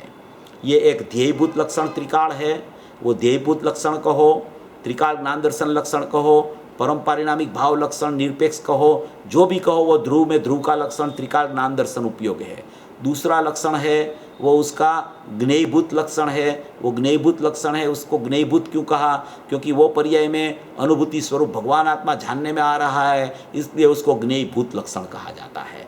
वो ज्ञेयभूत माने कि वो पर्याय जो ज्ञेय है वो आत्मा में ज्ञेयभूत होके, माने कि वो अवस्था माने कि नित्य ऐसी ही न ऐसी प्रकट हो रही है, उसको भी ऐसी न ऐसी प्रकट होती है। तो अनित्य होने पर भी, उत्पाद्य वाली होने पर भी ऐसी न ऐसी प्रकट होती है, तो उसको ज्ञेयभूत अभेद कहा जाता है। ये एक दूसरा लक्षण है, वो ज्ञेयभूत लक्षण है। और तीसरा लक्षण ऐसा है कि वो लक्षण में ये सब पता चलता है कि ये सामान्य उपयोग ऐसा है, त्रिकाल उपयोग ऐसा है, ज्ञायक भाव ऐसा है, कारण सूत्र पर्याय ऐसी है, गुण ऐसे है, ऐसा अंदर का स्वरूप ऐसा है, ऐसा परिपूर्ण परमात्मा ऐसा है, उसकी अनुभूति ज्ञान में होती है और तब श्रद्धा अहम कर लेती है तो ज्ञान सम्यक बन जाता है। अनुभूति ज्ञान में होती है, श्रद्धा में प्रतीति होती है। ऐसा जो एक लक्षण है वो तीसरे नंबर का लक्षण है। पहला लक्षण है त्रिकाल ज्ञान, दूसरा नंबर है सामान्य उपयोग, तीसरा नंबर है स्वसंवेदन उपयोग, माने कि शुद्ध उपयोग। वो शुद्ध उपयोग आत्मा का तीसरा लक्षण है। वो शुद्ध उपयोग में आत्मा ख्याल में आता है। शुद्ध उपयोग में पता चलता है कि ये अनुभूति स्वरूप भगवान आत्मा जानने में आ रहा था, वो शुद्ध उपयोग में पता चलता है। शुद्ध उपयोग में ये पता चलता है कि अंदर में प्रत्यक्ष प्रतिभास में ध्रुव है, ऐसा ही मेरा स्वरूप है, उसी को शुद्ध उपयोग बोला जाता है। ये तीनों उपयोग जब उपयोगवान के साथ अभेद एक साथ परिणमते हैं, वो तो अंदर में तो वर्त रहा है, मगर ये सामान्य उपयोग का सदुपयोग बन के वो एक साथ परिणमन जब होता है तब अनुभूति प्रकट होती है। ऐसी अनुभूति यहाँ पूज्य गुरुदेव श्री ने स्पष्ट की है। बहुत से प्रवचनों में, बहुत सी चर्चा में ऐसी अनुभूति की चर्चा आती है और अनुभूति का विषय की भी चर्चा आती है। तो अनुभूति का विषय और अनुभूति कैसे होवे, ये दोनों प्रकरण बहुत महत्वपूर्ण और इम्पोर्टेंट है। दोनों में से किसी की बात बाकी नहीं हो सकती। इस तरीके से ये अपने स्वरूप को बराबर अच्छी तरह से समझना चाहिए। ये अविनश्वर है, अभी अविनश्वर बताते हैं तो अविनश्वर माने कि विनश्वर तो ध्यान है, अविनश्वर त्रिकाली द्रव्य है, उसका अविनश्वर का पाठ है, वो अविनश्वर कहा। और उसको माने कि सकल निरावरण अखंड एक प्रत्यक्ष प्रतिभासमय अविनश्वर शुद्ध पारिणामिक, माने कि उसको पारिणामिक को शुद्ध कह दिया। पहले परम पारिणामिक कहते हैं, फिर पारिणामिक को शुद्ध कहते हैं। शुद्ध कहो कि परम पारिणामिक कहो, उसमें कोई अंतर नहीं रहता, उसमें कोई फर्क नहीं रहता, वो सब बात एक ही है। तो यहाँ कहा कि ध्याता पुरुष कैसी भावना करता है कि जो सकल निरावरण अखंड एक प्रत्यक्ष प्रतिभासमय अविनश्वर शुद्ध पारिणामिक परम भाव लक्षण, उसका लक्षण कैसा है? परम भाव है। केवल ज्ञान को यहाँ अपरम भाव बोला है, इसलिए परम भाव त्रिकाली ध्रुव का लक्षण है। ये पूरा लक्षण सकल निरावरण, अखंड, एक, प्रत्यक्ष प्रतिभासमय, अविनश्वर, शुद्ध पारिणामिक, परम भाव, ये सब त्रिकाल के विशेषण है। ऐसा परम भाव लक्षण निज परमात्मा द्रव्य वही मैं हूँ, यानी कि वही मैं हूँ। ऐसी अपितु ऐसी भावना नहीं भाता कि खंड ज्ञान रूप में हूँ। खंड ज्ञान का मतलब यहाँ ये है, अतीन्द्रिय ज्ञान को यहाँ खंड ज्ञान बोलते हैं, भाविंद्री को खंड ज्ञान 31वीं गाथा में बोला है। ये चर्चा नहीं है यहाँ। खंड ज्ञान माने अतीन्द्रिय ज्ञान में जो खंड पड़ा, अतीन्द्रिय ज्ञान आंशिक प्रकट हुआ, वो अतीन्द्रिय ज्ञान भी मैं नहीं हूँ। मैं तो सकल निरावरण, अखंड, एक, प्रत्यक्ष प्रतिभास में अविनश्वर, शुद्ध पारिणामिक, परम भाव लक्षण नीच परमात्मा द्रव्य वही मैं हूँ। ऐसा ध्याता पुरुष, ऐसा ध्यान में ऐसा स्वरूप की भावना और ऐसा स्वरूप को ध्येय बनाता है, तब उसको अतीन्द्रिय ज्ञान प्रकट होता है। और अतीन्द्रिय ज्ञान को भी सचमुच में, वो अतीन्द्रिय ज्ञान को भी वो भाता नहीं है, उसकी भी भावना नहीं करता है, वो तो अपने स्वभाव की ही भावना करता है। यह व्याख्यान परस्पर सापेक्ष ऐसे आगम अध्यात्म के एवं दो नई के द्रव्यार्थिक पर्यार्थिक नई के जो अभिप्राय है उसके अविरोध पूर्वक ही कहने में आया होने से सिद्ध है, निर्बाध है। ऐसा विवेकी जनों को जानना चाहिए। आगम और अध्यात्म दोनों की चर्चा इसमें आती है, दोनों का परिचय होना चाहिए, दोनों का अभ्यास भी होना चाहिए। आगम का भी अभ्यास होना चाहिए, अध्यात्म उसमें से निकालना चाहिए। खाली आगम में अध्यात्म नहीं निकाले तो आगम की विशेषता उसके अंदर में ख्याल में नहीं आती। पूज्य गुरुदेव श्री ने अपने को आगम का सारभूत अध्यात्म दे दिया है। सचमुच में गुरुदेव की वाणी अपने लिए तो आगम है। वो गुरुदेव की वाणी सुनते हैं तो सभी आगम उसमें गर्भित रूप से आ जाते हैं। इसलिए एक गुरुदेव की वाणी सुने, गुरुदेव की वाणी में से अपन तत्व को ग्रहण करें और अपना जो चैतन्य तत्व है उसकी सचमुच सर्वस्वता रख के उस पर ही अपना लग जाए, उसी की दृष्टि हो जाए और साथ में जितने जितने भी विषय आते रहे उसका ज्ञान होता जाए। ज्ञान भी करने नहीं जाना पड़ता, ज्ञान स्वयं होता है। ऐसा होता रहे और वो सभी भवी जीव अपने ऐसे स्वरूप को समझकर, एक ऐसा स्वरूप, ऐसा स्वभाव, ऐसा सकल निरावरणपना को, प्रत्यक्ष प्रतिभासमयी को समझकर अपने स्वरूप में निरंतर रहे और अनंत काल तक, सादी अनंत काल तक मोक्ष लक्ष्मी में विराजमान शीघ्र शीघ्र हो जाए, ऐसी मंगल भावना।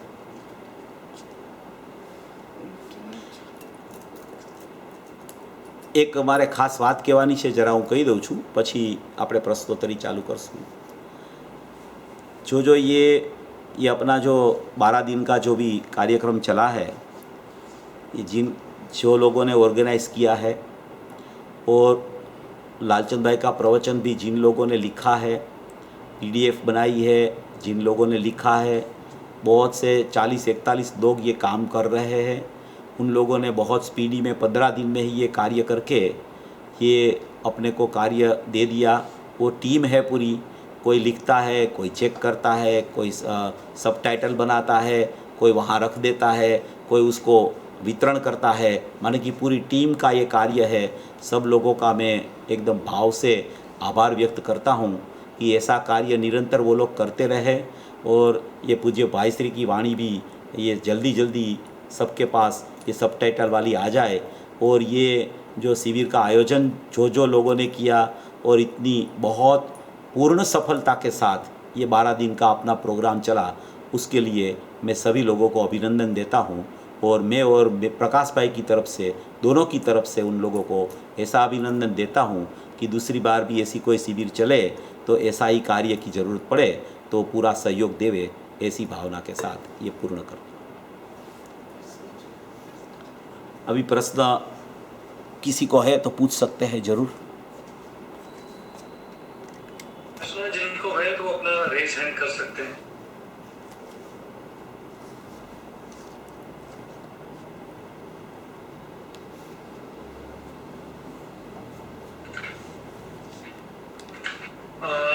एक नाम है एसटी सर, आपने प्रश्न रेज हैंड किया है, मैंने आपको अनम्यूट की रिक्वेस्ट की है। आप अपने मोबाइल पे या फिर अपने इंस्ट्रूमेंट पे अनम्यूट के ऊपर क्लिक करके अपना प्रश्न पूछ सकते हैं।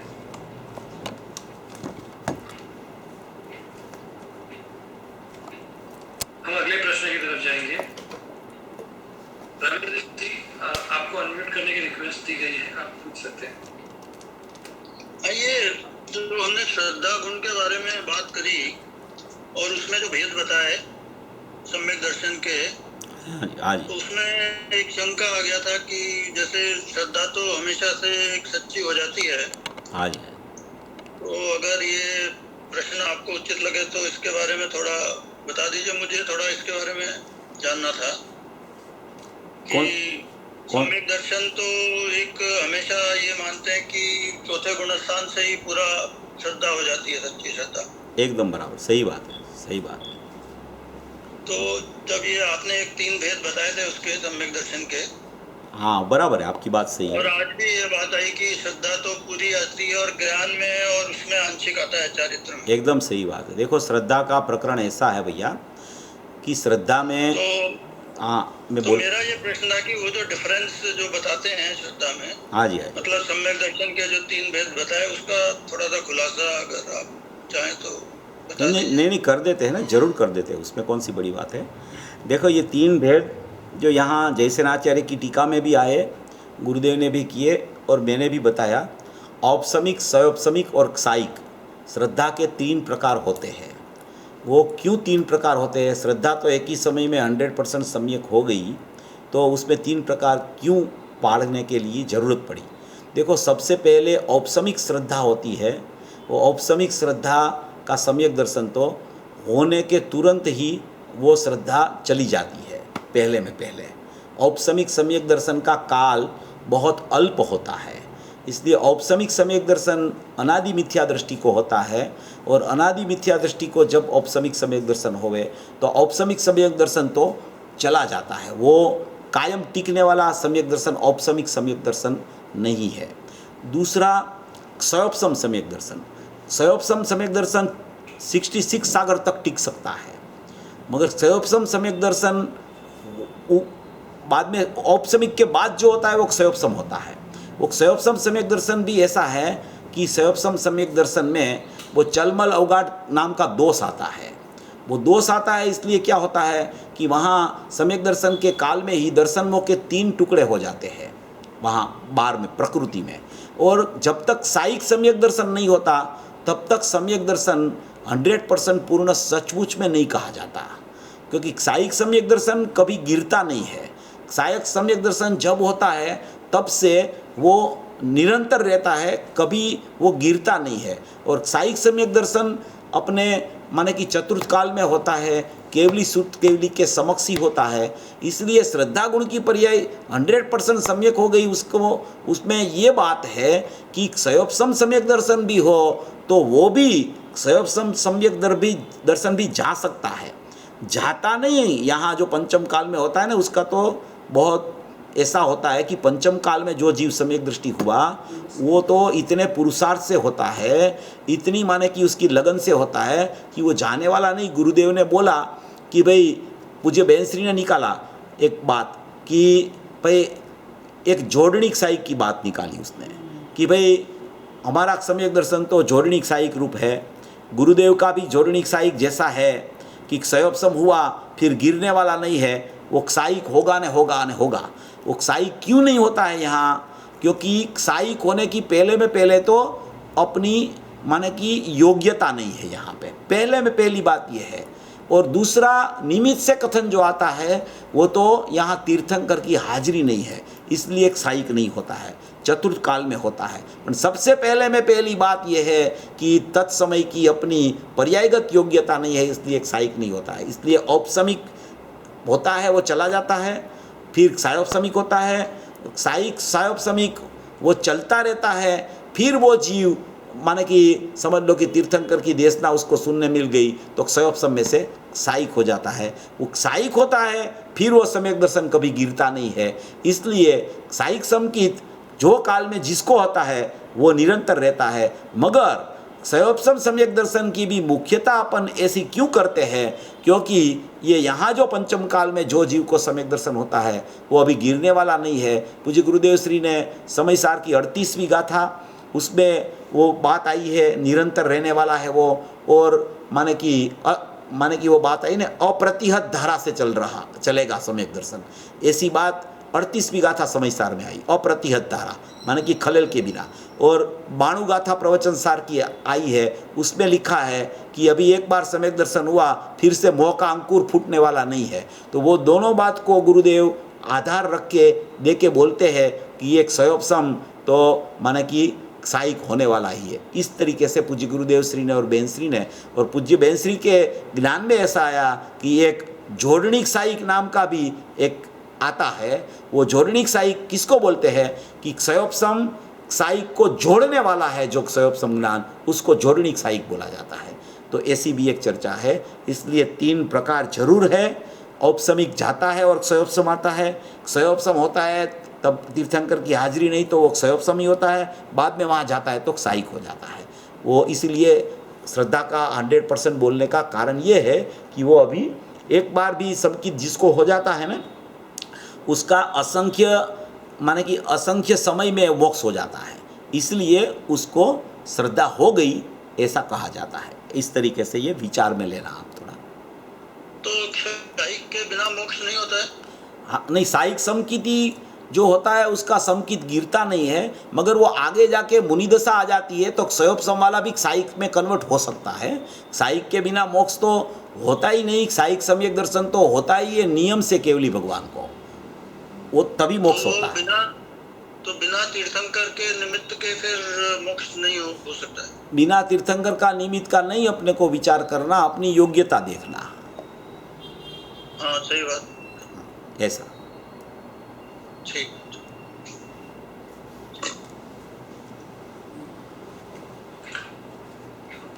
अभी मैंने एसटी का जो नाम है उनको अनम्यूट करने की रिक्वेस्ट दी है, आप अपना क्वेश्चन पूछ सकते हैं।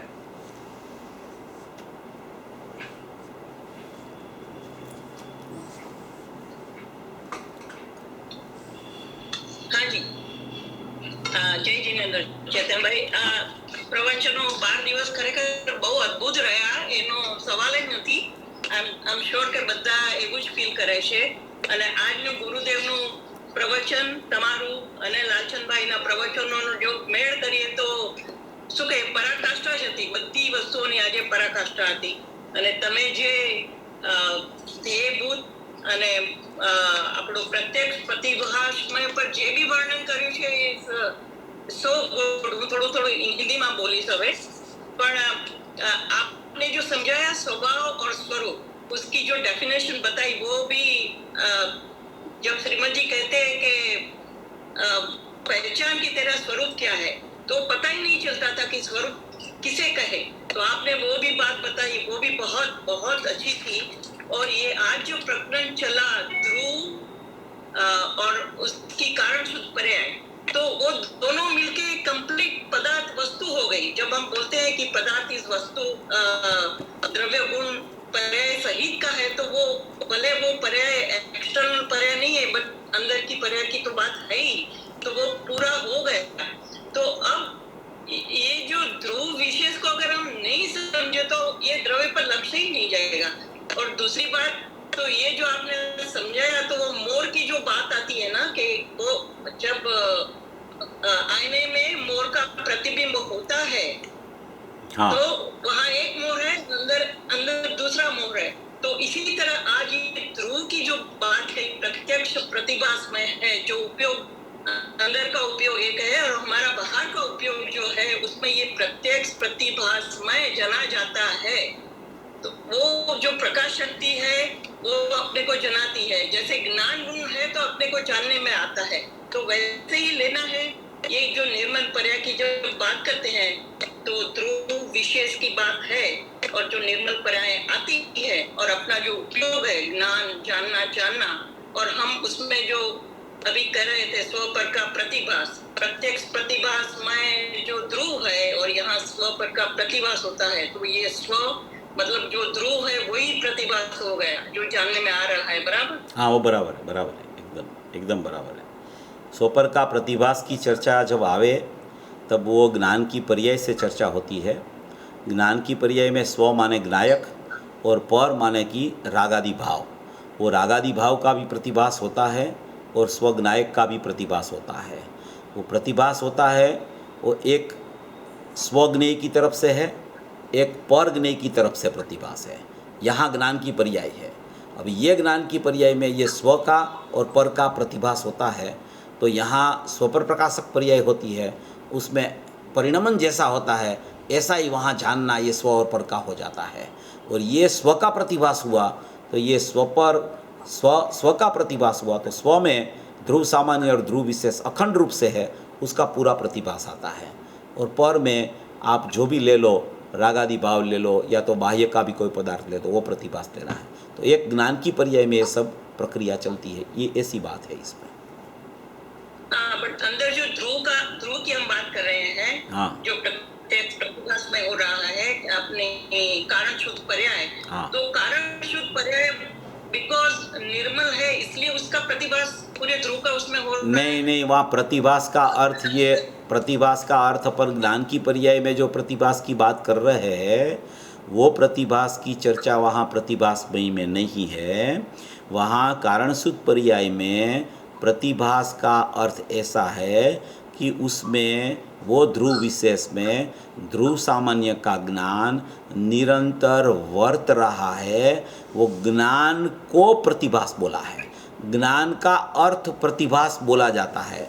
प्रतिभास शब्द का बहुत प्रकार शास्त्रों में आता है, ज्ञानियों ने भी प्रतिभास शब्द का बहुत अर्थ किया है। वो पुरुषार्थ सिद्धि उपाय की 14वीं गाथा में भी आता है कि ये जीव माना कि रागादि भावों से संयुक्त न होने पर भी संयुक्त जैसा भासता है, वही संसार का बीज है। तो वहाँ क्या सिद्ध करना है कि वो संयुक्त जैसा उसको भासा तो उसका लक्ष्य वहाँ चला गया, ऐसा उसको वहाँ सिद्ध करना है। ऐसा था नहीं मगर उसको ऐसा लगने लगा, तो ये अज्ञान में भी ऐसे प्रतिभास काम करता है। और यहाँ जो स्वरूप प्रत्यक्ष की चर्चा है, वो स्वरूप प्रत्यक्ष की चर्चा में जो बात आई है वहाँ तो ये त्रिकाल सामान्य ध्रुव और विशेष ध्रुव ये ऐसे अभेद ही रहते हैं। मगर ये ध्रुव विशेष और ध्रुव सामान्य कहने की ये क्यों जरूरत पड़ी, क्योंकि ये कारण शुद्ध पर्याय वाला है और ये अनंत गुण वाला है, इसलिए इसको ध्रुव सामान्य और ध्रुव विशेष कहा। अभी ये त्रिकाली ज्ञान जो है वो त्रिकाली ज्ञान में ये ध्रुव सामान्य है वो वर्त रहा है, प्रतिभास माने उसका ज्ञान चल रहा है। ये तो पूरा प्रवाह है, चैतन्य प्रवाह, चैतन्य प्रवाह, ध्रुव का प्रवाह, नित्य प्रवाह, ध्रुव का नूर का पूर, चैतन्य का नूर का पूर, ये निरंतर चल रहा है अंदर में निरंतर चल रहा है। देखो एक दृष्टांत देता हूँ आपको। गुरुदेव ने बोला, समुद्र का दृष्टांत दिया। कारण शुद्ध पर्याय में हमेशा गुरुदेव समुद्र का दृष्टांत देते थे। फिर बोलते थे कि मोजा सपाटी से उठता है। देखो ये बहुत समझने लायक बात है।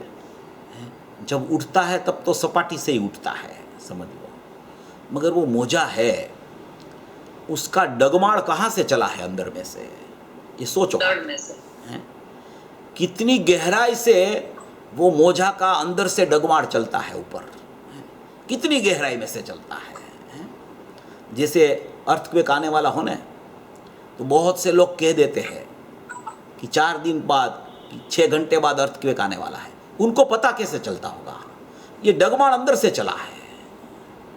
ये जो अंदर का प्रवाह जो चला है ना, ध्रुव प्रवाह, वो ध्रुव प्रवाह ऐसा ध्रुव प्रवाह चलता ही रहता है, चलता ही रहता है, चलता ही रहता है, चलता ही रहता है। ये ध्रुव प्रवाह है अंदर में, नित्य ध्रुव प्रवाह। वो अंदर में एक जीवन जागृत धबकता जीवन, ज्ञान दर्शन में चेतना वाला जीवन अंदर में चल रहा है, चल रहा है, चल रहा है। ये पूरी ध्रुवता, ध्रुवत्व और ध्रुवता। अभी ये सपाटी हो गई, तो ये सपाट, ये मोजा तो अंदर से आया है, पूरा अंदर में चल ही रहा है ये ध्रुव प्रवाह। अभी ध्रुव प्रवाह में से जितना प्रवाह बाहर निकल गया लहर की तरह, उसको माने कि बोल दिया कि ये सपाटी से उठा। उस सपाटी से उठा माने कि ये सपाटी ऐसी न ऐसी रह गई, वहां से माने कि ये लहरें उठ गई। तो ये तो अंदर से उठा है, ये तो पूरा एक स्वभाव है। ध्रुव सामान्य और ध्रुव विशेष तो पूरा स्वभाव है। वो स्वभाव में कोई ऐसा जानना ने उसका जानना यहाँ, उसका जानना ऐसा नहीं है। वहाँ ज्ञान हो रहा है, बस ज्ञान चल रहा है, इतना ही लेना। उसमें कोई दोपना लेके उसमें उसका प्रतिभास, वहाँ भी विशेष है, बाहर में भी विशेष है, उसमें सामान्य का प्रतिभास है, अंदर में भी विशेष है, उसमें सामान्य का प्रतिभास, ऐसा नहीं है वहाँ पे। वहाँ मात्र जानना देखना, जानना देखना, जानना देखना, इतनी नित्यता और निरंतरता है, ऐसा समझना। हाँ, એટલે શાશ્વતતા પણ આવી ગઈ આમાં. हाँ हाँ, शाश्वतता ही है उसमें, एकदम शाश्वत है वो। ઓકે, બહુ સરસ, થેન્ક યુ. शाश्वतता का अर्थ ये है कि शाश्वतता जैसे पत्थर है ना, पत्थर जैसी नहीं है शाश्वतता। अंदर में कुछ जीवन है, ऐसी शाश्वतता चैतन्य से भरी पड़ी है, बस इतना उसमें ले लेना। किसी को ऐसा लगता है कि शाश्वतता ने कुटस्थ ने ध्रुव माने कि ऐसे वो है वही है, बस उसको कुछ है ही नहीं वहाँ। ऐसा नहीं होता है।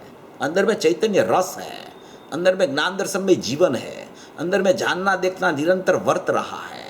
ऐसी एक समर्थपना अंदर में पड़ा है ज्ञान दर्शन का, उसको बोलता है जागृतिमय जीवन, उसको बोलता है कि चेतनामय जीवन, उसको बोला जाता है ज्ञान दर्शन में चेतनामय जीवन है ज्ञायक भाव का। ऐसा ऐसा है अंदर में।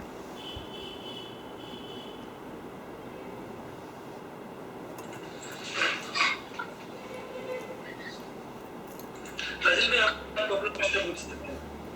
હા, જય જિનેન્દ્ર. મારો પ્રશ્ન એ ભવ્ય જીવ અને અભવ્ય જીવનો ભેદ પાડે છે એના ઉપર હતું. તો અભવ્ય જીવમાં એમ કહે છે કે એ જીવ હોય જે ક્યારેય મોક્ષ ના જાય, પણ આમ એક તરફ એમ પણ કહે છે કે બધા જીવ સિદ્ધ સમાન છે અને જગતમાં ન્યાય છે. એટલે એ બે પોઈન્ટ કે અભવ્ય જીવ નું એક્ઝિસ્ટન્સ પણ છે અને પણ એક બાજુ એમ પણ કહે છે કે જગતમાં ન્યાય છે, એટલે એના ઉપર થોડું એક્સપ્લેનેશન. वो द्रव्य की अपेक्षा से कहा जाता है, द्रव्य की त्रिकाली द्रव्य की अपेक्षा से सभी जीव भगवान है। भवी और अभवी तो उसकी पर्यायगत योग्यता है, भव्यता और अभव्यता उसकी पर्यायगत योग्यता है। भव्यता जीव की जो होती है वो मोक्ष जा सकता है, अभव्य जीव तो मोक्ष जा ही नहीं सकता। और द्रव्य त्रिकाल है वो तो भव्य का हो कि अभव्य का हो, वो तो मोक्ष स्वरूप है। तो मोक्ष स्वरूप से अपन बात करें, अपने त्रिकाली द्रव्य के स्वभाव से बात करें तो सभी जीव परिपूर्ण है, सभी जीव भगवान आत्मा है, सभी जीव त्रिकाल है, सभी जीव में अनंत गुण भरे पड़े हैं। वो कोई भी जीव हो, भवी हो अभवी हो, कोई भी हो, मगर उसकी पर्याय से जब चर्चा चले तो कोई भवी होता है, कोई अभवी भी होता है। अभवी जीव बहुत थोड़े होते हैं, भवी जीव ज़्यादा होते हैं। अभवी जीव होता है वो आप मूंग बनाओ ना, मूंग तो उसमें कड़क मूंग जितना आ जाए ना कि वो मूंग खाने के लायक न हो, इतने ही खाली अभव्य जीव होते हैं। उसके अलावा जितने जीव होते हैं वो भव्य जीव होते हैं। इसलिए इस तरीके से पर्यायगत योग्यता से उसको सोचना, उसकी पर्यायगत योग्यता लायकात वाली नहीं है अभव्य जीव की, और भव्य जीव की पर्यायगत योग्यता लायकात वाली मोक्ष जाने की है। वो भव्यत्व की लायकात है इसलिए मोक्ष जाएगा ही ऐसा नहीं है, मगर उसकी लायकात है, इसकी लायकात नहीं है। वो योग्यता का प्रकरण है।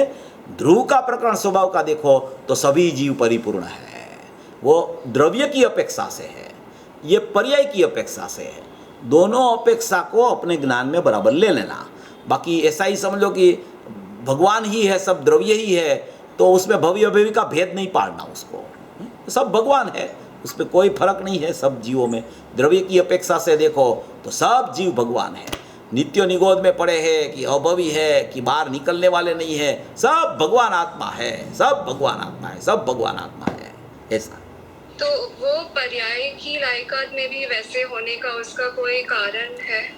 वो तो स्वयं संचालित लायकात है, कोई कारण नहीं है उसका। कोई जीव ऐसे ही होते हैं कि वो उसकी योग्यता ही नहीं होती है, वो कोई बनती नहीं है योग्यता, कोई बनाता नहीं है उसको। वो तो स्वयं संचालित व्यवस्था है, कोई उसको बना नहीं सकता कि ये जीव ने पूर्व में ऐसे पाप किए होंगे इसलिए वो अभवी हो गया, और ये जीव ने इसने पुण्य किए होंगे इसलिए वो भवी हो गया। ऐसा कुछ नहीं होता है, ये स्वयं संचालित व्यवस्था है। अभवी जीव स्वयं संचालित होता है, भवी जीव भी स्वयं संचालित होता है, उसकी योग्यता है बस, और कुछ नहीं। अच्छा, ठीक है। स्वयं संचालित व्यवस्था, कोई उसको बना नहीं सकता। ये जीव ने पूर्व में ऐसे पाप किए होंगे इसलिए वो अभवी हो गया, ये जीव ने इससे पुण्य किए होंगे इसलिए वो भवी हो गया, ऐसा कुछ नहीं होता है। ये स्वयं संचालित व्यवस्था है। अभवी जीव स्वयं। हेलो, આપણે નેક્સ્ટ ક્વેશ્ચન પૂછી લઈશું. हाँ ये जो स्वभाव और स्वरूप का डिफरेंस आपने बताया था, हाँ। तो मैं थोड़ा वो दोबारा एक बार आपको ब्रीफली अगर आप बता दें। स्वभाव, क्वेश्चन था। देखो द्रव्य क्षेत्र और एक काल भाव मेरा- होता है। हाँ बोलिए बोलिए बोलिए। और एक क्लैरिफिकेशन था कि जो प्रत्यक्ष परिभाष की बात हुई है, तो ये सभी गुणों का प्रत्यक्ष परिभाषण है या खाली ज्ञान गुण की अपेक्षा से इस बात को कहा गया है? हाँ जी ठीक है, कोई क्योंकि बात। अनंत गुण है तो सभी का प्रत्यक्ष परिभाषण चलता रहता है, या जो ज्ञान गुण उसका मतलब उसकी मुख्यता से इस बात को किया गया है, वो ये दो क्लैरिफिकेशन। हाँ देखो, पहले तो आपने जो स्वरूप और स्वभाव की बात की, तो भाव माने गुण कहा जाता है। भाव माने गुण, द्रव्य क्षेत्र काल भाव। तो द्रव्य माने वस्तु, क्षेत्र माने उसका प्रदेश, काल माने उसका त्रिकालता उसकी, और भाव माने गुण। तो गुण है उसको भाव कहा जाता है। तो वो स्वभाव माने अनंत गुणात्मक वस्तु है, अनंत गुणात्मक वस्तु है त्रिकाली द्रव्य। और स्वरूप, तो स्वरूप माने कि त्रिकाली द्रव्य का रूप अंदर कैसा है, तो कि अनंत गुणात्मक भाव वाला जो त्रिकाली द्रव्य है उसमें जितने गुण है उसमें एक एक गुण में अनंत गुण का रूप पड़ा है, उसका नाम स्वरूप है। ऐसी एक व्याख्या आई है, गुरुदेव ने भी ऐसी व्याख्या की है। एक बात हो गई। दूसरी बात आपने प्रत्यक्ष प्रतिभासमयी की, तो प्रत्यक्ष प्रतिभासमयी में सभी गुणों की कारण सूत्र पर्याय होती है, और सभी गुणों की कारण सूत्र पर्याय ध्रुव विशेष कही जाती है। सभी गुण माने कि ध्रुव सामान्य कहे जाते हैं, मगर जानने देखने का मात्र त्रिकाल ज्ञान और त्रिकाल दर्शन में उपयोग होता है, इसलिए उसकी मुख्यता से बात चलती है। बाकी सभी गुण में प्रत्यक्ष प्रतिभासमयीपना अंदर में पड़ा है, मगर वो प्रत्यक्ष प्रतिभासमयी का पता ज्ञान दर्शन को ही चलता है, इसलिए ज्ञान दर्शन त्रिकाल उपयोग से चर्चा आती है। कारण सूत्र पर्याय सभी गुण की कारण सूत्र पर्याय होती है, मगर प्रत्यक्ष प्रतिभास का अर्थ ये नहीं है कि मात्र जानना देखना होवे उसी को ही प्रत्यक्ष प्रतिभास में ही बोले।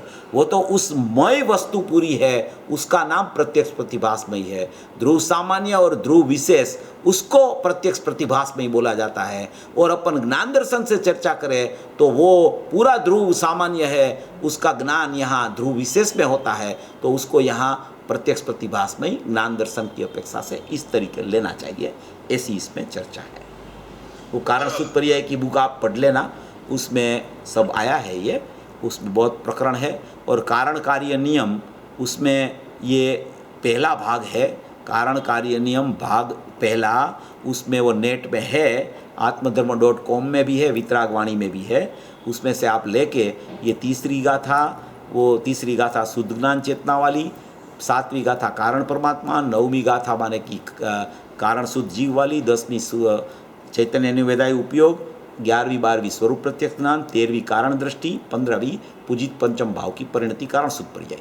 ये पूरा प्रकरण आप उस पर देख लेना। ये कारण सूत्र पर्याय की बुक भी नेट पे मेरे ख्याल से राजेश भाई को पता होगा रखी गई है, इसको भी आप डाउनलोड करके इसको भी पढ़ लेना। इसमें सब पूरा प्रकरण है। जिसको इच्छा हो, जिसको इसका गहराई से अभ्यास करना हो तो इसमें कर सकते हैं। देखो, अभ्यास करना ये कोई माने कि ये इसमें कोई ज्ञान ऐसा नहीं हो जाता है कि कोई भी अभ्यास करे तो ज्ञान में कोई तकलीफ आ जाए हैं। अभ्यास तो जरूर करना चाहिए। कोई विषय गुरुदेव ने लिया है तो एक बार समझ लेना चाहिए, बाद में उसी पे चोटना भी नहीं चाहिए। अपने को तो त्रिकाली द्रव्य चाहिए, द्रव्य है, ऐसा ही परिणमन करना है, उस तरफ अपना उपयोग जाना चाहिए। इस तरीके से विचार कर लें। बहुत ही अलौकिक और अनोखी बात आई है ये, और वास्तव में पहले कभी ऐसा सुनने में आया ही नहीं। तो ये तो बहुत ही रोमांच हुआ है इसको सुन के, बहुत अच्छा लगा है, और आपने इसको बहुत अच्छी तरह समझाया। तो ये सारी बात बहुत अच्छी थी। ये तो सब गुरुदेव का है भैया, हमारा कुछ नहीं है। ये तो गुरुदेव की सरवाणी निकली है, वो सिमंदर भगवान से निकलती हुई गुरुदेव तक आई है। अपन ने तो गुरुदेव ने जो कहा न वो आपको कहते हैं, बाकी सब गुरुदेव का है। गुरुदेव का सब स्पष्टीकरण अपन सोचे समझे विचार करें तो निहाल हो जाए, दूसरे कुछ पढ़ने की और सुनने की इच्छा ही बंद हो जाए। ऐसा गुरुदेव का माने कि स्पष्टीकरण होता है। ऐसा स्वरूप समझकर सभी भवी जीव मोक्ष मार्ग में प्रयाण करे, ऐसी मंगल कामना। अहो उपकार जिनवरनो कुंदनो ध्वनि दिव्यनो जीन कुंद ध्वनि आप्या अहो आ गुरु काननो जीन कुंद ध्वनि आप्या अहो आ गुरु राजनो जावाणी के ज्ञान से सूझे लोकालो शोवाणी मस्तक नमो सदा द्वैतोंडो। 9 વાર નમસ્કાર મંત્ર. નમો.